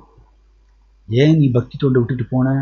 10 வருஷத்துக்கு முன்னாடி எப்படி பண்ணிட்டு இருந்த பக்தி தொண்டை ஏன் இப்படி விட்டுட்டு போனேன் அப்படின்னு ஞாபகப்படுத்து வரோம். அப்ப ஆடாடாடா எவ்வளவு பெரிய மிஸ்டேக் பண்ணிட்டேன் நான் அப்படின்னு சொல்லிட்டு அவர் திரும்பி வருவாராம் 10 வருஷத்துக்கு அப்புறம். அதுக்கு பேர் தான் புனர்விகாதம் இச்சே. புனர்விகாதம் இச்சேன்னா திரும்ப வர்றது, திரும்பவும் பக்தி தொண்டு வரார், நோக்கி வரார். இப்படி 10 வருஷத்துக்கு அப்புறம் வர்றவர் வந்து தீவிரமா இருப்பாராம். அவர் கொஞ்சம் அந்த பக்கம் இந்த பக்கம் திரும்ப மாட்டாராம், ஸ்டடியா போயிட்டு இருப்பாராம். அப்ப எண்ட் ரிசல்ட் என்ன, முடிவு என்ன? 10 வருஷத்துக்கு முன்னாடி ஏனோதானோன்னு பண்ணிட்டு இருந்தார் பக்தி யோக பயிற்சி. இப்ப 10 வருஷம் விலகி போயிட்டாரு. இப்ப 10 வருஷத்துக்கு அப்புறம் இப்ப பண்ணக்கூடிய பக்தி பயிற்சி எப்படி இருக்கும்? தீவிரமா இருக்கும். அதைத்தான் அந்த ஆக்சுவலி கிருஷ்ணர் வந்து இப்படி துன்பங்களை கொடுத்து அப்படி விலக்கி கொண்டு போய் பண்ணார். ஸோ நாம் அந்த 10 வருடம், அது 10 வருடமா இருக்கலாம், 5 வருடமா இருக்கலாம், 15 வருடமா இருக்கலாம், ஒவ்வொருத்தருக்கும் ஒரு மாதிரி. ஆனா என்னுடைய பாயிண்ட் என்னன்னா, அந்த 10 வருடம் வந்து ஒரு பெரிய நஷ்டம் இல்லை. 10 வருஷம் கிருஷ்ணர்கிட்ட விலகி போய் நான் புலன் தூண்டுதல்ல மாட்டி அப்படி போறது ஒரு பெரிய நஷ்டம். ஆனால் அந்த நஷ்டமும் நம்மளுக்கு வரக்கூடாது, அந்த கால வரையும் நம்மளுக்கு வரக்கூடாதுன்னா இப்பவே நாம் தீவிரமாக பக்தியை பயிற்சி செஞ்சுட்டோம்னா மாயா வந்து போட மாட்டாங்க. ஸோ இது மாயாவுடைய செயல்பாடு இப்படிதான்.